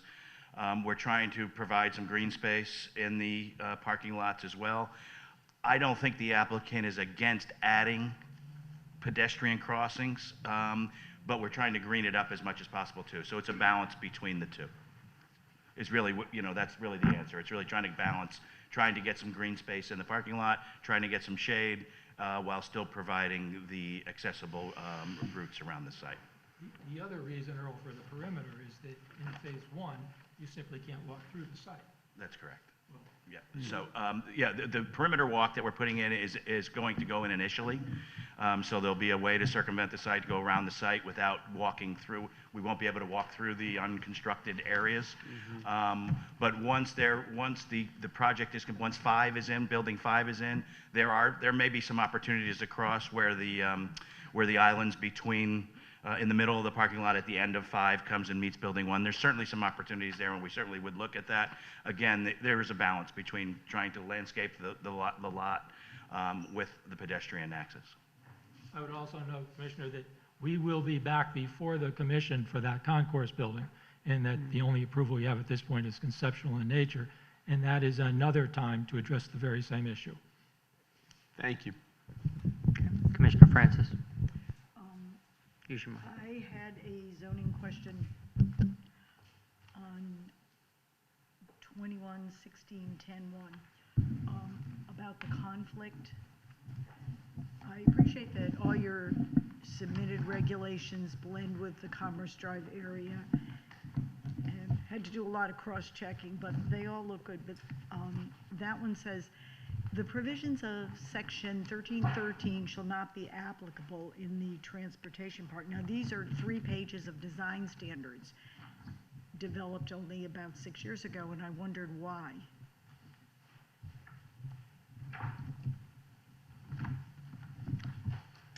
The 21. Transportation Commercial Park, this zone, Yeah. was adopted by the P&Z in October of 2002.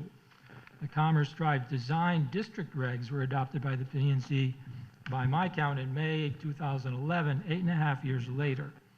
So from my standpoint, the Transportation Commercial Park regs preempted the field for this site in terms of design standards. I think this is particularly true because the Transportation Commercial Park regs, the ones before us, are virtually site-specific. They require a minimum of 10 acres adjacent to a railroad passenger station or platform facilities, and it references open space such as that provided here. I'm not aware of any other parcel that meets those requirements. While the Transportation Commercial Park regs are site-specific, the Commerce Drive area regs do have provisions that do not seem to fit, by my analysis, the nature of this property. No off-street parking between a public street and the frontage of a building. Clearly, we have to have that here. We can't live with that. Trees along a streetscape every 15 to 25 feet. That could pose a problem in this case with sight lines. Buildings must orient the primary entrance toward the street on a sidewalk. That doesn't work when the majority of the site is interior. At least 60% of the ground floor facade between 2 feet and 10 feet above the ground must be transparent. In my eyes, it doesn't make sense when buildings are not along the street. Lighting a maximum of 12 feet. I don't think it works on a sunken site where light is needed for safety in the interior parking areas. The bottom line is I felt that the Commerce Drive area design standards, while very appropriate for on-the-street developments like Trademark 1 and Trademark 2, clearly designed for street front buildings, would not work here where, because of the change in grade and the nature of the site and Ash Creek to the south, 4 of the anticipated 6 buildings are not on the street. That's why I did it. All right, thank you. And you're saying 1313 was written in '02? Transportation Commercial Park regs, I have it adopted by the P&Z in October of 2002. Okay. I have a follow-up on that. So to follow up on that, these standards here about lighting and trees and parking and so on, if they don't apply to the site, how does our staff evaluate if it's properly lit or it has enough trees and so on? You've got a plan right in front of you with specifics on lighting, on landscaping, and everything else that satisfies the other requirements not set forth in Commerce area design standards, but otherwise in your regs. They conform. Thank you. Okay. Commissioner Levy.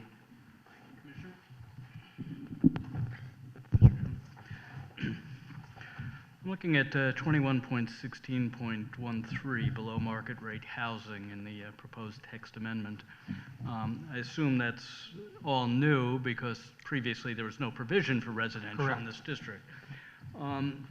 If we should decide to pass a similar amendment, but with a 15% minimum for below market rate housing, is there any legal impediment, to your knowledge, to our adopting such a standard at this time as it relates to this application? And what, if any, effect would that have on the prospect of going forward with this development from a commercial standpoint? I've got to find my notes, Commissioner. Oh, no, I'm sorry. I put it in my rebuttal. Let me address it now.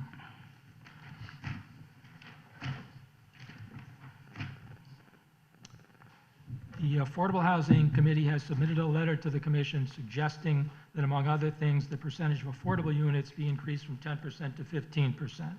2 other letters have been submitted requesting the 15% affordable percentage as well.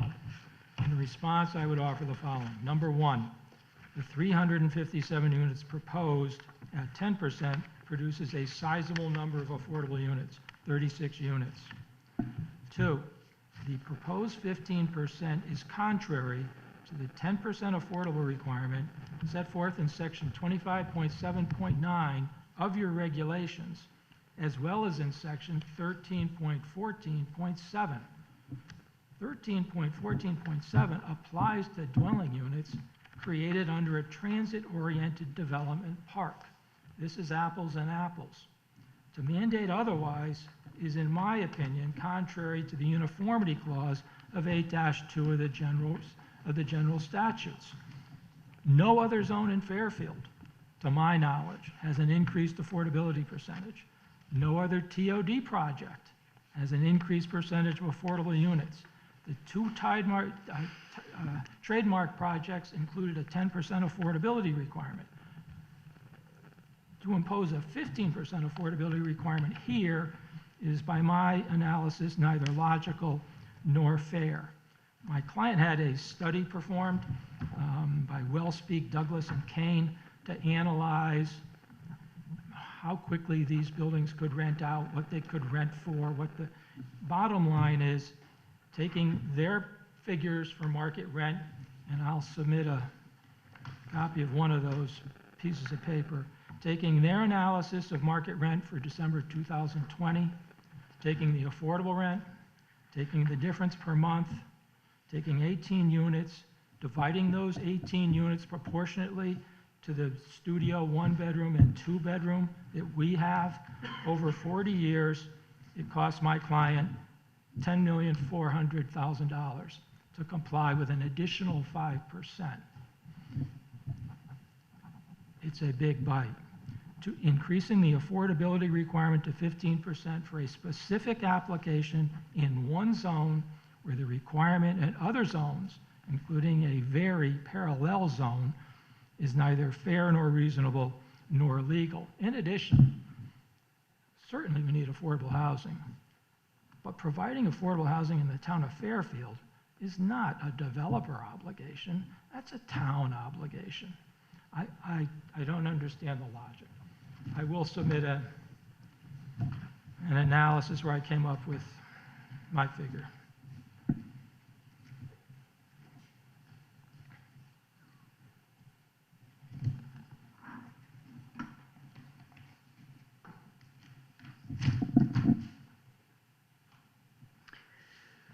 That's one copy of that.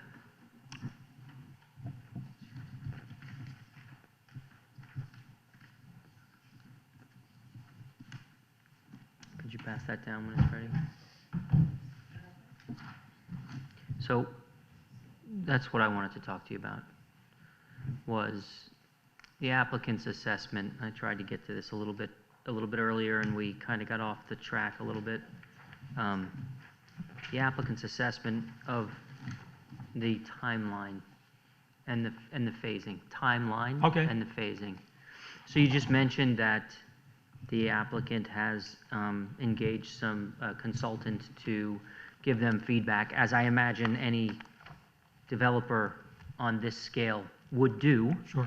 To understand the appetite for rental units and the mix and how much they would go for, but also how quickly the demand would fill them up, and accordingly have some sense of planning as to how quickly Building 3 would be built and occupied to lead into the hotel development for its building, and then the next residential building, and then where does the concourse fit into that plan, and what is the expectation as a practical matter in terms of time? My recollection, and my client can correct me if I'm wrong, is that the study thought 10 to 12 units? Sure. Mr. Chairman, Mr. Sam Ermelstein from Enclave Equity, which is a partner in BlackRock Realty LLC. Hi, I'm Mr. Mr. Chairman. Mermelstein, Sam how are Mermelstein. you? Great, how are you? So to answer your question, we did a study. And the study basically said we will generate we'll be able to lease out approximately 15 units per month. 15 per month? 15 per month. Mm-hmm. Once it's completed. So as far as the timeline, if that's correct, so if we're building, the first building is approximately 60 units, That will take approximately 4 to 5 months to occupy that entire building. How long does that building take to be built? Like, Okay, how, so- you know, right, how, you Good gotta, you question. gotta come in, you've gotta, there's some site preparation, Sure. lots of fill here, I mean, blah, blah, blah. Absolutely. So how long does building 3 take to get built? Sure. So I think, I'm building a similar project right now in Fleetwood, which is in Westchester. A very similar project. Also 5 buildings, also residential, also Where's at a that, train. where's that located? That's located in Fleetwood, Mount Vernon, New York, Fleetwood. It's right by the Fleetwood station, By the Fleetwood train station? Fleetwood train station. I just completed my first building, starting my second building, my third building combined, doing 2 buildings at a time right now. Would you allow a visit? Absolutely, please, be my tour, guest, let me know. visitation, so that we can No take a question. look at the work? Absolutely, please do. I'm very proud of the work we have completed there. I'm sure, and I'm sure you are, and it would be, I think, a very good thing for us to see. Please come out. All right. So to answer your question, it will take approximately, again, the magnitude of this site being we have to deal with environmental issue and we have to deal with the site work, bringing in the fill. I would think it's going to take approximately 6 months to complete the entire, at least the initial site work. Mm-hmm. And then 12 to 18 months to complete the first building. 12 to 18 plus 6, so you're looking at About 2 2 years approximately, yes, give or take. Once it's built, then you've got 4 or 5 months. 4 or 5 months to So 4 or let's 5 make it months. 6. 2.5 years? 2.5 years roughly, yes. Okay, for the first building. Yes. When does the hotel start going up? We would like the hotel to start at the same time if we can. Again, as I just mentioned to you, we're developers of similar site right now, and we can go ahead and start building this project tomorrow. We're not hotel developers. We have dealt with a few hotel interests. We have dealt with the Flags, with Marriott, Hilton, both available, very interested. Actually, we have one of the hotel developers in the audience who's very eager to get going. But to give you the exact timeline, I'll be lying to you if I get it. The plan is to start right away. Bear in mind also, this is a discourse to give us a sense and the public a sense of expectations. I understand, we all understand that, there are constraints and these are estimates and you're trying to give us as best an idea as you can about, what your plan is and what your expectation is in terms of how this is going to roll out. So it's your view that you build the hotel as soon as you can, as soon as you have a partner to do that? I have a developer. Again, that's something we will probably figure out a way to work out as far how they're going to take possession of that piece of property. But the plan is absolutely to start as soon as possible. We've been talking to hotel groups for a long time, and we have interest. We have interest from Flags, as I said, and we have interest from this particular developer, a lot of interest over here. And absolutely, we would like to start as soon as possible, sooner rather than later. And when you say, and I apologize if I'm not hearing you clearly, you said Flags? Hotel Flags.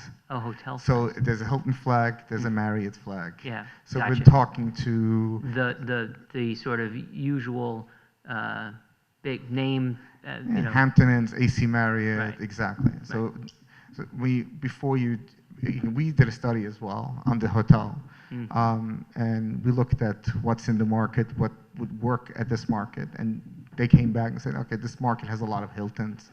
Maybe a Marriott will fit very well. Maybe a Marriott that has a little bit of an extended stay, being the university is not far from here and people want to come for the weekend. And that's what this study suggested. Mm-hmm. So we had a few hotel developers interested in specific Marriott at this location. Again, they will build a building, yes. We're not hotel developers. They will come in, they will build a building, and hopefully they will be able to start as soon as we get all the approvals and we'll be able to put a shovel in the ground. We'll have to do the site work before they can start with the construction of the hotel. But the plan is, and the hope is, they should start right away. That's the plan. Okay. And so that goes up 2.5 years. We've got building 3 filled to capacity. Then we start on, then it's building 2, right, building 2. So then it's another 2.5 years? That's a good question. So the question is, right, that time, we can make a decision, because I look back at the property we're building right now. We made a decision after the first one was built, okay, we're gonna build 2 at a time. So at that time, we can make a decision, see how the rent up is going. If the rent up is going well and everybody's doing great in the area is just booming, we can just go ahead and build 2 buildings at a time. But if we see the market is staggering or the market is not that great, well, it gives us the ability to adjust not only timetable, also maybe if we feel the units, the inside do a little different, people didn't enjoy this, didn't like this, it gives us the opportunity to adjust, to do something differently that we did in the first building, if we need to, the minor stuff. What if at that point, the people, as we're calling them, want something different, want more commercial, want some more mixed use, in the area? Is there an opportunity at that point to sort of play with the plan? If there's a market, absolutely. I've been working on this site for 5 years. I've brought to this site hundreds of potential tenants, retail and commercial, potential office, medical. I just had a meeting a month ago with a very good potential medical tenant that I've been really canvassing, trying hard to get. I had a very good meeting with them, showed them the information on the site, the potential approval maybe, and how it's going to look. But they came out to the site and they got completely turned off. They said, we can play football on Ash Creek Blvd. There's nothing here. You got to really develop something here for us to build what you want to build. So if we find a tenant, if this tenant, and this was a tenant for the concourse building. So if we can develop something, if we can get the hotel out of the ground, 1 or 2 of these buildings out of the ground, it's going to look so beautiful. And it's really going to make this location into just such a beautiful location. And I think it's going to sell the property itself. The concourse building, it's an extremely expensive building to build because everything is built on stilts, even the parking. But I know the commuters want it because of the bathrooms and everything. And don't get me started on that. But I think that we'll be able to accomplish something really good, really nice. And they'll see, okay, I can have a building on the train. I can have the logo of my business, of my center on that train, and where so many commuters will see me on a daily basis. Yes, it's an attractive site. Right now, it's not. So what we're proposing is, especially when the hotel is built, some of the residentials are built, yes, absolutely. We'll be absolutely open for any type of mixed use. I met with a few restaurants. No one believes that it's a hole in the ground right now, that any retail tenant wants to be down in the hole. There's no access, there's no visibility, there's nothing there. That's why we dedicated that point.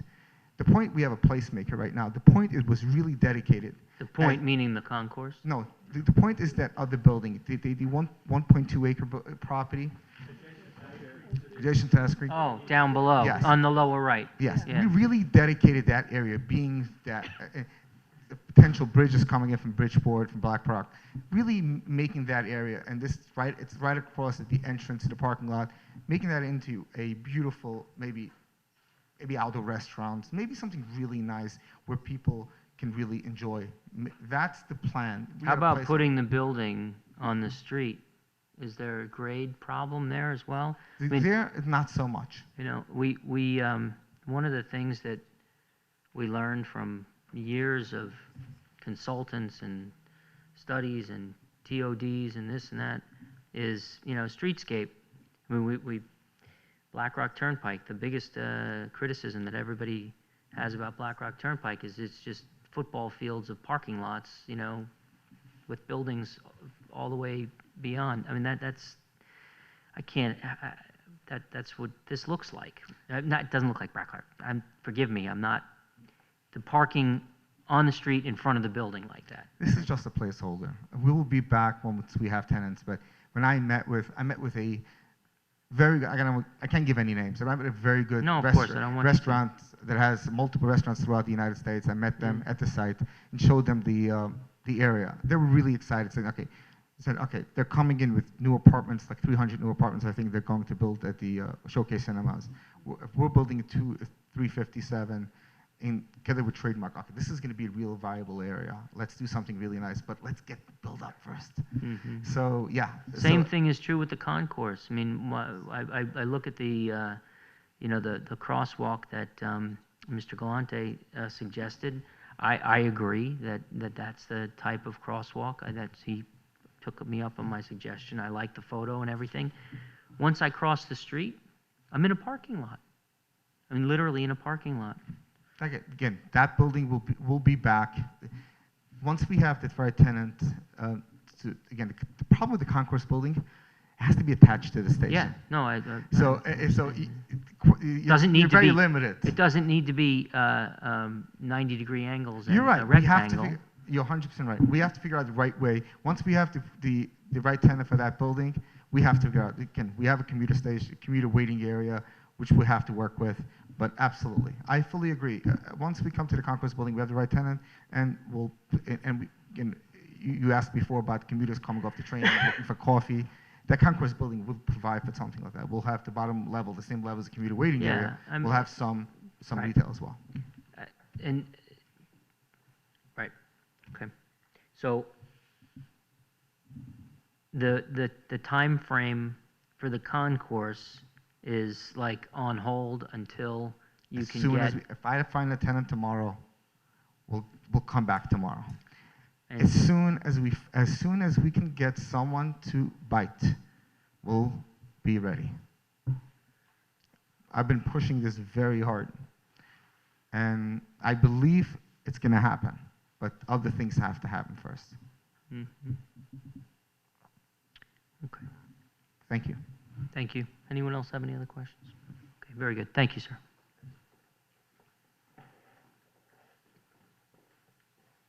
Okay. All right, Mr. Fitzpatrick, all set? All set. Very good. All right.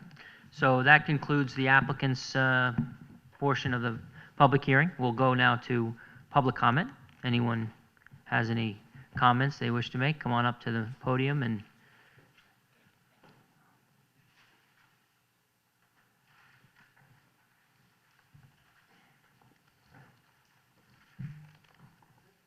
yes, thank you very much. Hi. Hi, My you can name just is pull that Ca- right down. You can pull Down? that right Okay. down. Yeah, there you My go. name is Carrie Mackover, and this is a really complicated site. There's a huge amount of things going on. It's ambitious, it's complicated. There are loads of moving parts in terms of scope and in timing. But anyway, I was out there yesterday, and I was really concerned, you know, okay, so building 3 is going to get built, and there'll be people living there. They're going to want to get to the station, as you've all been saying. They're going to want to go there. And I was looking around, and there seems to be a place between the retaining wall and the road for Ash Creek where a stairway could actually be located. And there's another place which probably isn't as good, but if there was a way of doing a crosswalk someplace, wherever Michael thinks it should be, there's a sidewalk there. It looks to me like some sort of stair or something could be constructed, and I put pictures in the letter that I just gave you. And I think, you know, you're going to approve this at some point. I think that could be a condition of approval, that they have to work it out with the staff, because people are not going to want to walk all the way down there and go across the parking lot. The commuters come along there very quickly, and I think you really need to have the applicant look at this carefully. So that's what I have to say, and I hope you will consider that. Thank you very much. Appreciate your comments.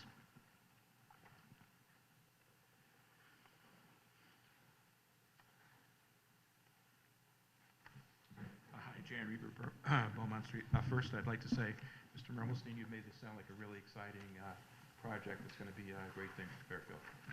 I very much support residential development for this site. Did his mic turn off? And You can't hear me? all right, thank you. That was wishful thinking.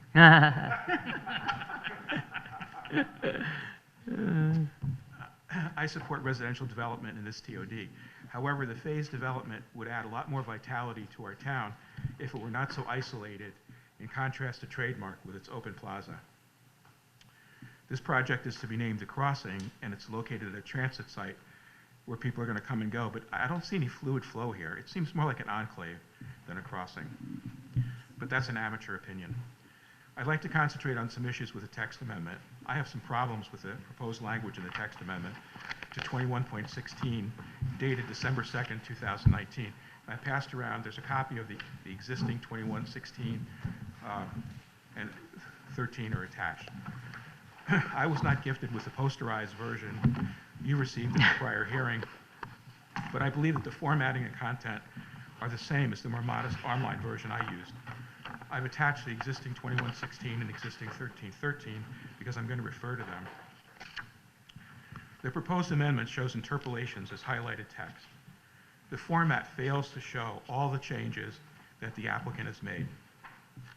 In fact, the proposed 21.16 eliminates language in the existing 21.16 without any indication that the language has been omitted. That is cumbersome and can be misleading.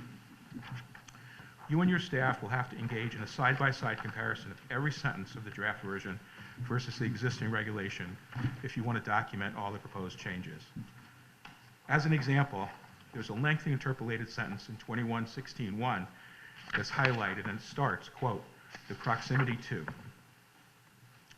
That sentence removes from the existing regulation the phrase promoting reverse commuting, unquote, and substitutes promoting commuting by train for residents, unquote. It also reorders part of the rest of the sentence. If the applicant does not like reverse commuting, they need to make it clear that they eliminated it. It's not that this phrase is of any real significance or that reordering totally changes the intent of the sentence, but the authority to change the language of a regulation is yours, not the applicant's. The applicant's obliged to make every proposed change clear to you, and they have not done that here.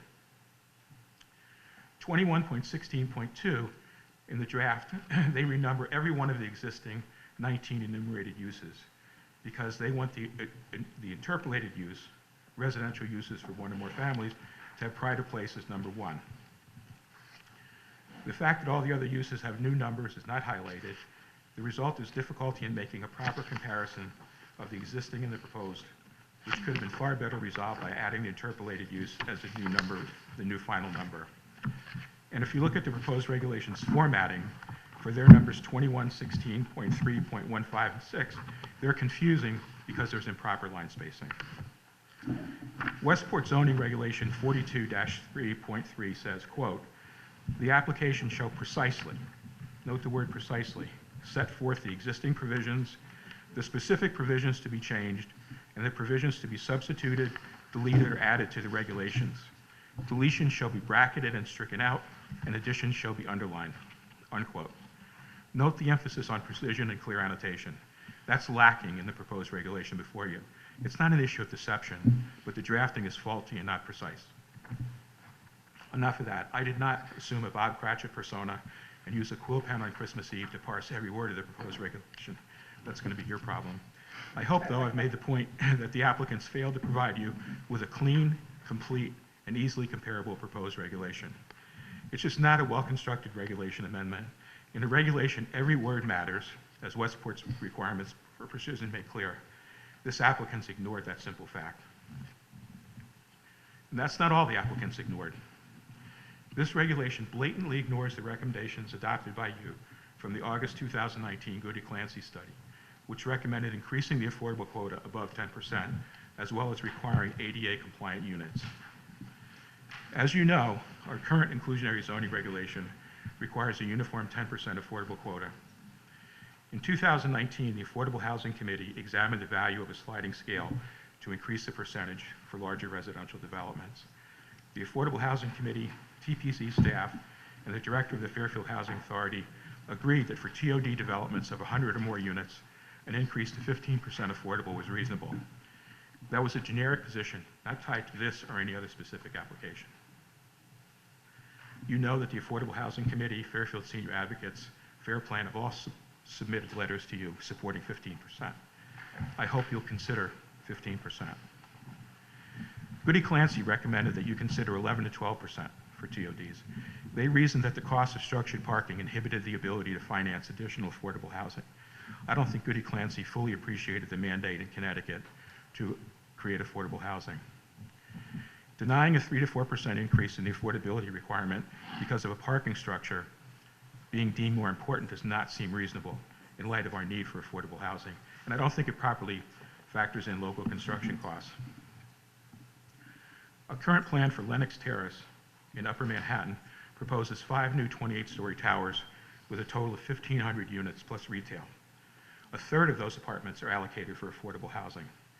That's a project with structured parking and New York construction costs. In Atlanta, the King MARTA Station apartment complex will have 305 apartments, of which 100 will be affordable at 80% of AMI. The headline in the newspaper for that project is very relevant.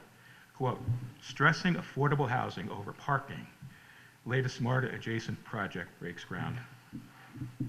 Here in Connecticut, in Newtown, a residential developer recently sought approval for a 210-unit, 7-building complex at 20% affordable. Our state's affordable housing mandate gives great weight to the need for affordable housing. Due to Fairfield's limited land for development, this TOD offers a special opportunity for large-scale multifamily development. There's going to be a 300-unit apartment development on Black Rock across from Metro Center. There won't be any affordable units there. So anybody wanting affordable housing near Metro Center will only have this development and trademark as their options. Fairfield's current 10% inclusionary requirement has fallen well behind the trend seen in other towns in Connecticut that are requiring much more than 10%.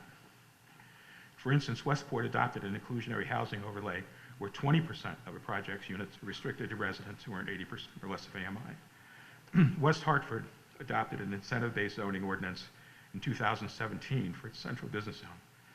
The affordable housing provision for that ordinance requires that 15% of its units be set aside in accordance with state affordability standards. Greenwich requires 20% affordable for residential development in business districts.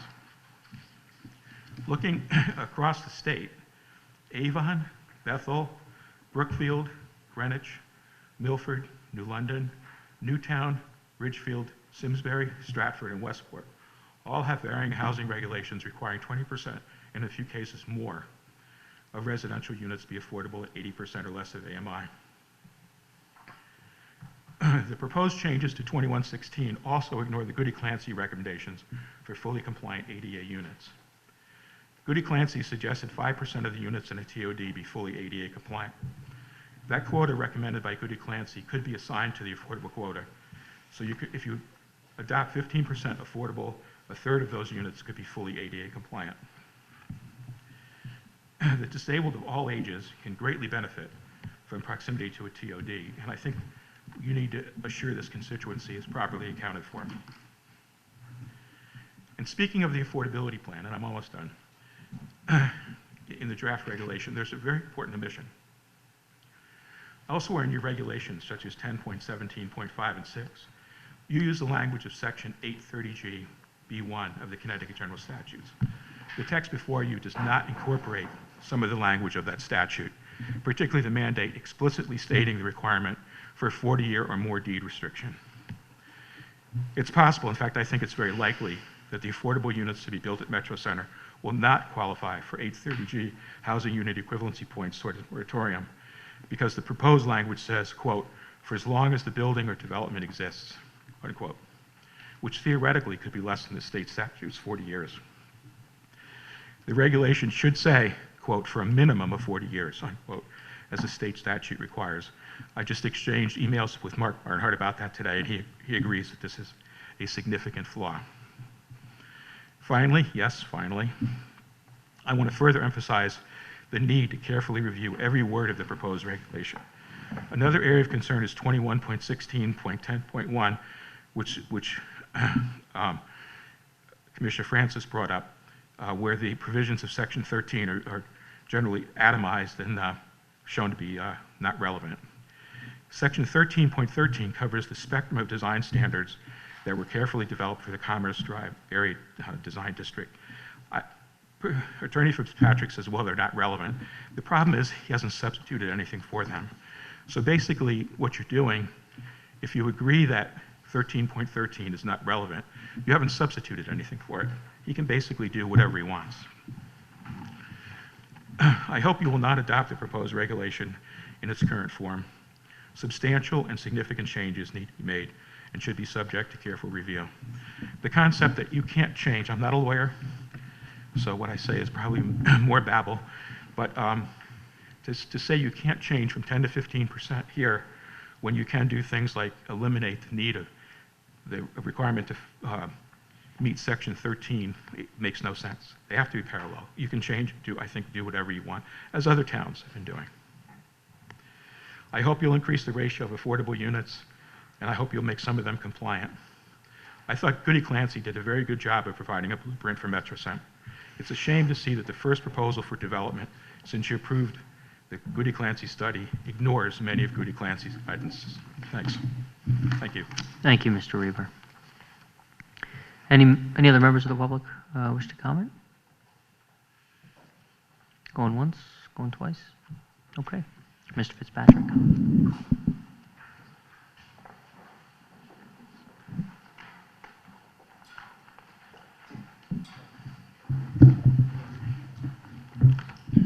Can you cover the lens on that?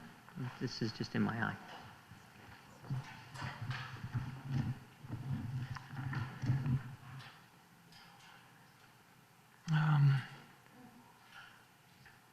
Thank you. Mr. Chairman, members of the commission, Here you go. I'd first like to address the submission here relative to the text amendment. To the extent that there are omissions in the 2116-1, I apologize to the commission. My associate is my son. He'll be in very serious trouble. Attorney But the Fitzpatrick. fact of the matter is, Can you provide a red line copy of your changes? Sure. That might just be as simple as Mm-hmm. something we're used to seeing, or at least I'm used to seeing, maybe more in legal world. The only thing, Commissioners, I want to close this hearing tonight. If you Yeah, I don't think that that's a problem. You've Yeah, I don't. submitted the changes. I don't think that Just your asking. your submission of the document that you've submitted in an alternate form Yeah. would constitute new evidence submitted after the close of the hearing. I just wanted to Okay. confirm that. Yeah, that's fine. And if you're, look, either staff's going to do it or you're going to do it. So, yeah.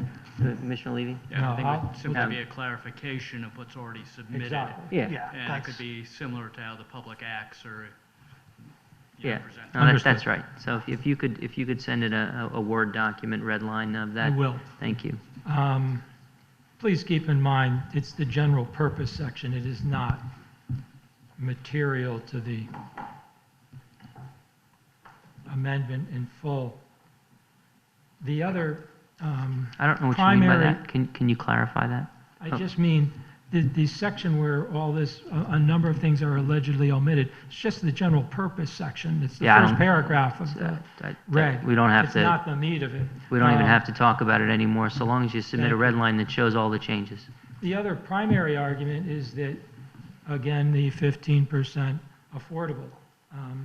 These other towns may have, as Westport did, incorporate a different affordable requirement. They didn't say that when Sam Galt put 17 units on Franklin Street, that Sam Galt shall do 20%. They said town-wide, you shall do 20%. It's just not fair to this applicant to make him the 15% poster child. Well, I understand, and I think we all understand your argument, but we just went through a study, a lengthy study, which did propose that we adopt the revised regulations that would increase the amount of affordability. And I think they're just trying to advocate for the town in that sense. My right? point is, I understand Goody Clancy's 11 or 12%, and if it's done on a townwide basis, so be it. But I don't think it's appropriate to make one applicant bear that burden. I just don't think it's fair, and I don't think it's reasonable. I dealt with the 2116-10 with Commissioner Francis, brought it up. I discussed that. The lack of 40 years in the affordability section, I copied your own regulations, 1314.7, which does not contain 40 years. If it was there, I would have used it. I'm happy to have the 40 years included. Otherwise, let me just see my other remarks, Mr. Chairman.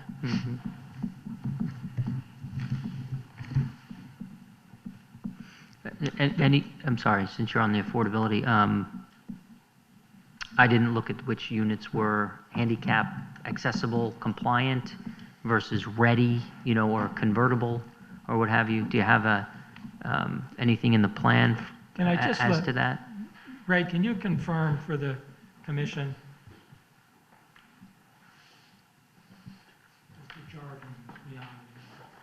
Yes, Ray Sullivan. So, I think the gentleman brought up something relative to a study, but he said ADA compliant. So we're 100% ADA compliant. Right. According to the International Building Code and the Connecticut State Building Code, 90% of all units must be a Type B unit. There's a definition to that. And 10% must be Type A unit. And there's different levels of accessibility within those. But both of those are completely compliant, ready to be adaptable to any handicapped person. There's a third category called accessibility or accessible unit, which has another level. Each accessible Type A, Type B have slightly different levels of what goes in the apartment day one. But every single unit has the capability to get to that same spot because of the adaptability. Right. And I think that the distinction, or the point of distinction, is that the units, while capable of being adapted to be handicap accessible compliant, are not built out in the first instance in that manner. So there are various degrees of that. So for instance, 10% of these have to be Type A. And what we have to be careful of is that, so in a Type A unit, your kitchen sink can't be at 36 inches high, just like every kitchen cabinet in the entire country. It has to be at 34 inches high. And then you have to be able to pull the cabinet out so that if a handicapped person moves in, the cabinet just gets slid out, put in storage, and he can wheel underneath that. But because of the knee clearance underneath a wheelchair, you need certain clearance. So anyway, that kitchen sink ends up being 6 inches deep. And you also need a workspace, and that's fully adaptable. The cabinet pulls out to the point where the finished floor has to go underneath those cabinets. So the adaptability is really pretty easy. So I think, it's great to be to provide these units. I think we have to be careful because next to the sink, which is lower, there's a workspace, and the dishwasher's next to that, and that's going to be able to fit underneath this lower dimension too. Right. So the units, and I think from what I've read anyway, this is sort of where it gets where those advocating for those which are capable of being converted, in fact are converted, is that if they're not, then the likelihood is they're going to get rented to non-handicapped persons, whereas if they are already built out to that standard, then it's more likely that handicapped persons will rent those units. And that's, you follow me? Yeah, I do, but like in the shower, the only difference is that the grab bars have to be screwed in. But the blocking and everything ready to take that grab bar has to be in place. So really, it's going to take somebody to go in there with a screw gun, putting the grab bars in. So I understand your point, but 100% of the units are completely adaptable and 100% ADA compliant to the state building code. Thank you. Mr. Chairman, to conclude, the February 7, 2019 TOD meeting included opening remarks from Ben Carlson of Goody Clancy, the firm commissioned by the town to analyze the town's 2 railroad station areas, offer suggestions for appropriate development. Mr. Carlson noted the metro station was opened in December 2011. He noted that many infrastructure and roadway improvements had been completed, 13 intersection improvements, 8 new traffic signals. He confirmed that the Goody Clancy study had found a significant residential demand. 1,695 to 2,075 units over the next 5 years. He described the office market as weak. He further stated that dining and retail uses are contingent upon existing residential use. He confirmed that net tax revenue from multifamily housing is essentially the same as office development. This is the state of facts applicable to this application. There is no significant office demand. That's the reason there's been no office space constructed on this site, despite having been approved for almost 1 million square feet of office many years ago. There is a strong residential demand. That's the reason this proposal, with a significant residential component, is before the commission. There will be, given the composition of these units, 73% studio or one bedroom, and the size of the units, a very limited number of school children on site. The end result is that while strictly speaking, the apartment use is residential in nature, the impact is that of a commercial use. There will be a significant positive tax impact. The Trademark One property, pre-development, paid $49,580 in yearly property taxes. Property taxes today are $455,000 plus, $50,000 to $450,000. The proposal here, approximately 505,000 square feet, including residential, hotel, conceptual retail, conceptual concourse, is significantly less than the 976,000 square feet approved earlier. I mentioned earlier the applicant is subject to an I&I fee imposed by the Water Pollution Control Authority in excess of $1.5 million. The proposed text amendment incorporates residential use into the transportation commercial park regulations in a manner by and large consistent with the recent TOD regulations and the results of the TOD study. I have already addressed at some length the affordable housing percentage.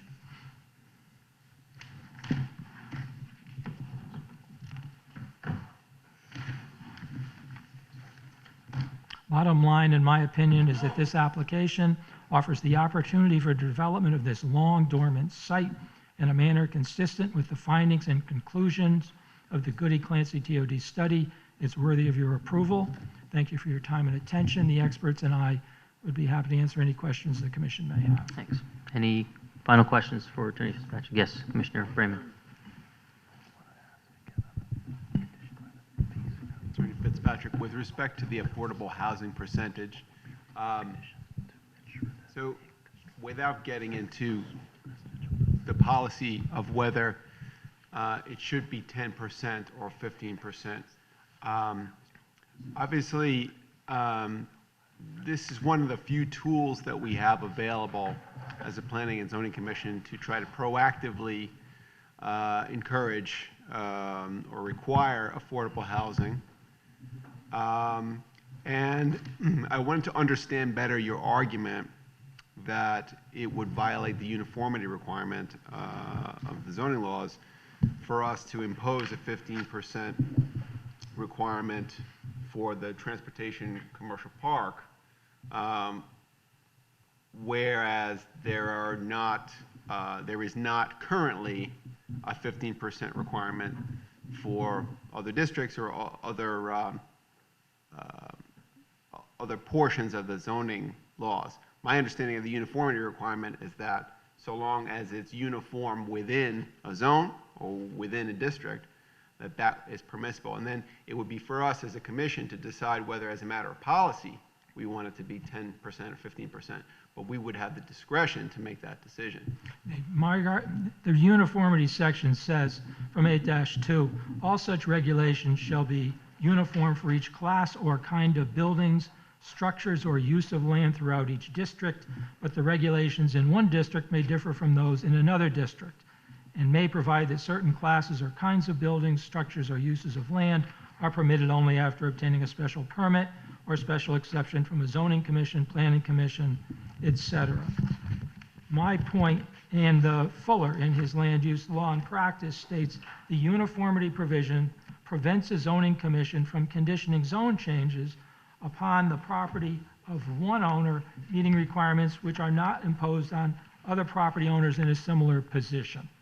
That's my point. My point is not that you can't impose 11, 12, or 15%. My point is that it's not fair, and in my opinion, not legal, to do so for one applicant when on the other side of the railroad tracks, in the TOD zone, they have a 10% requirement. That's just not fair.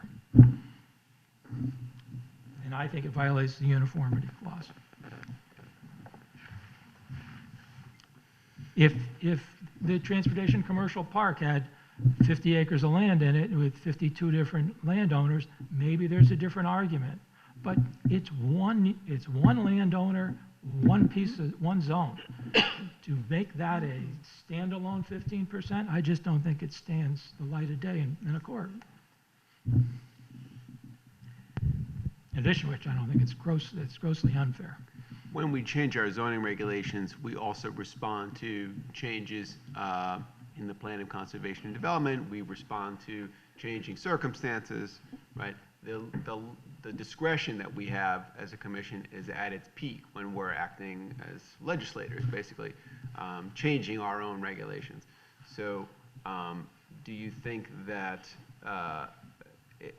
there are no changed circumstances or differences between the different projects that could possibly warrant an increase to 15%? I don't, obviously.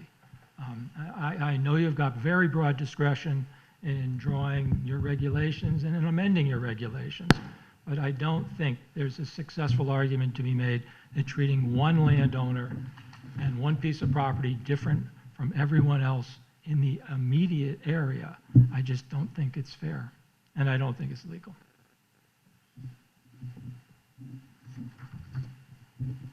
Okay.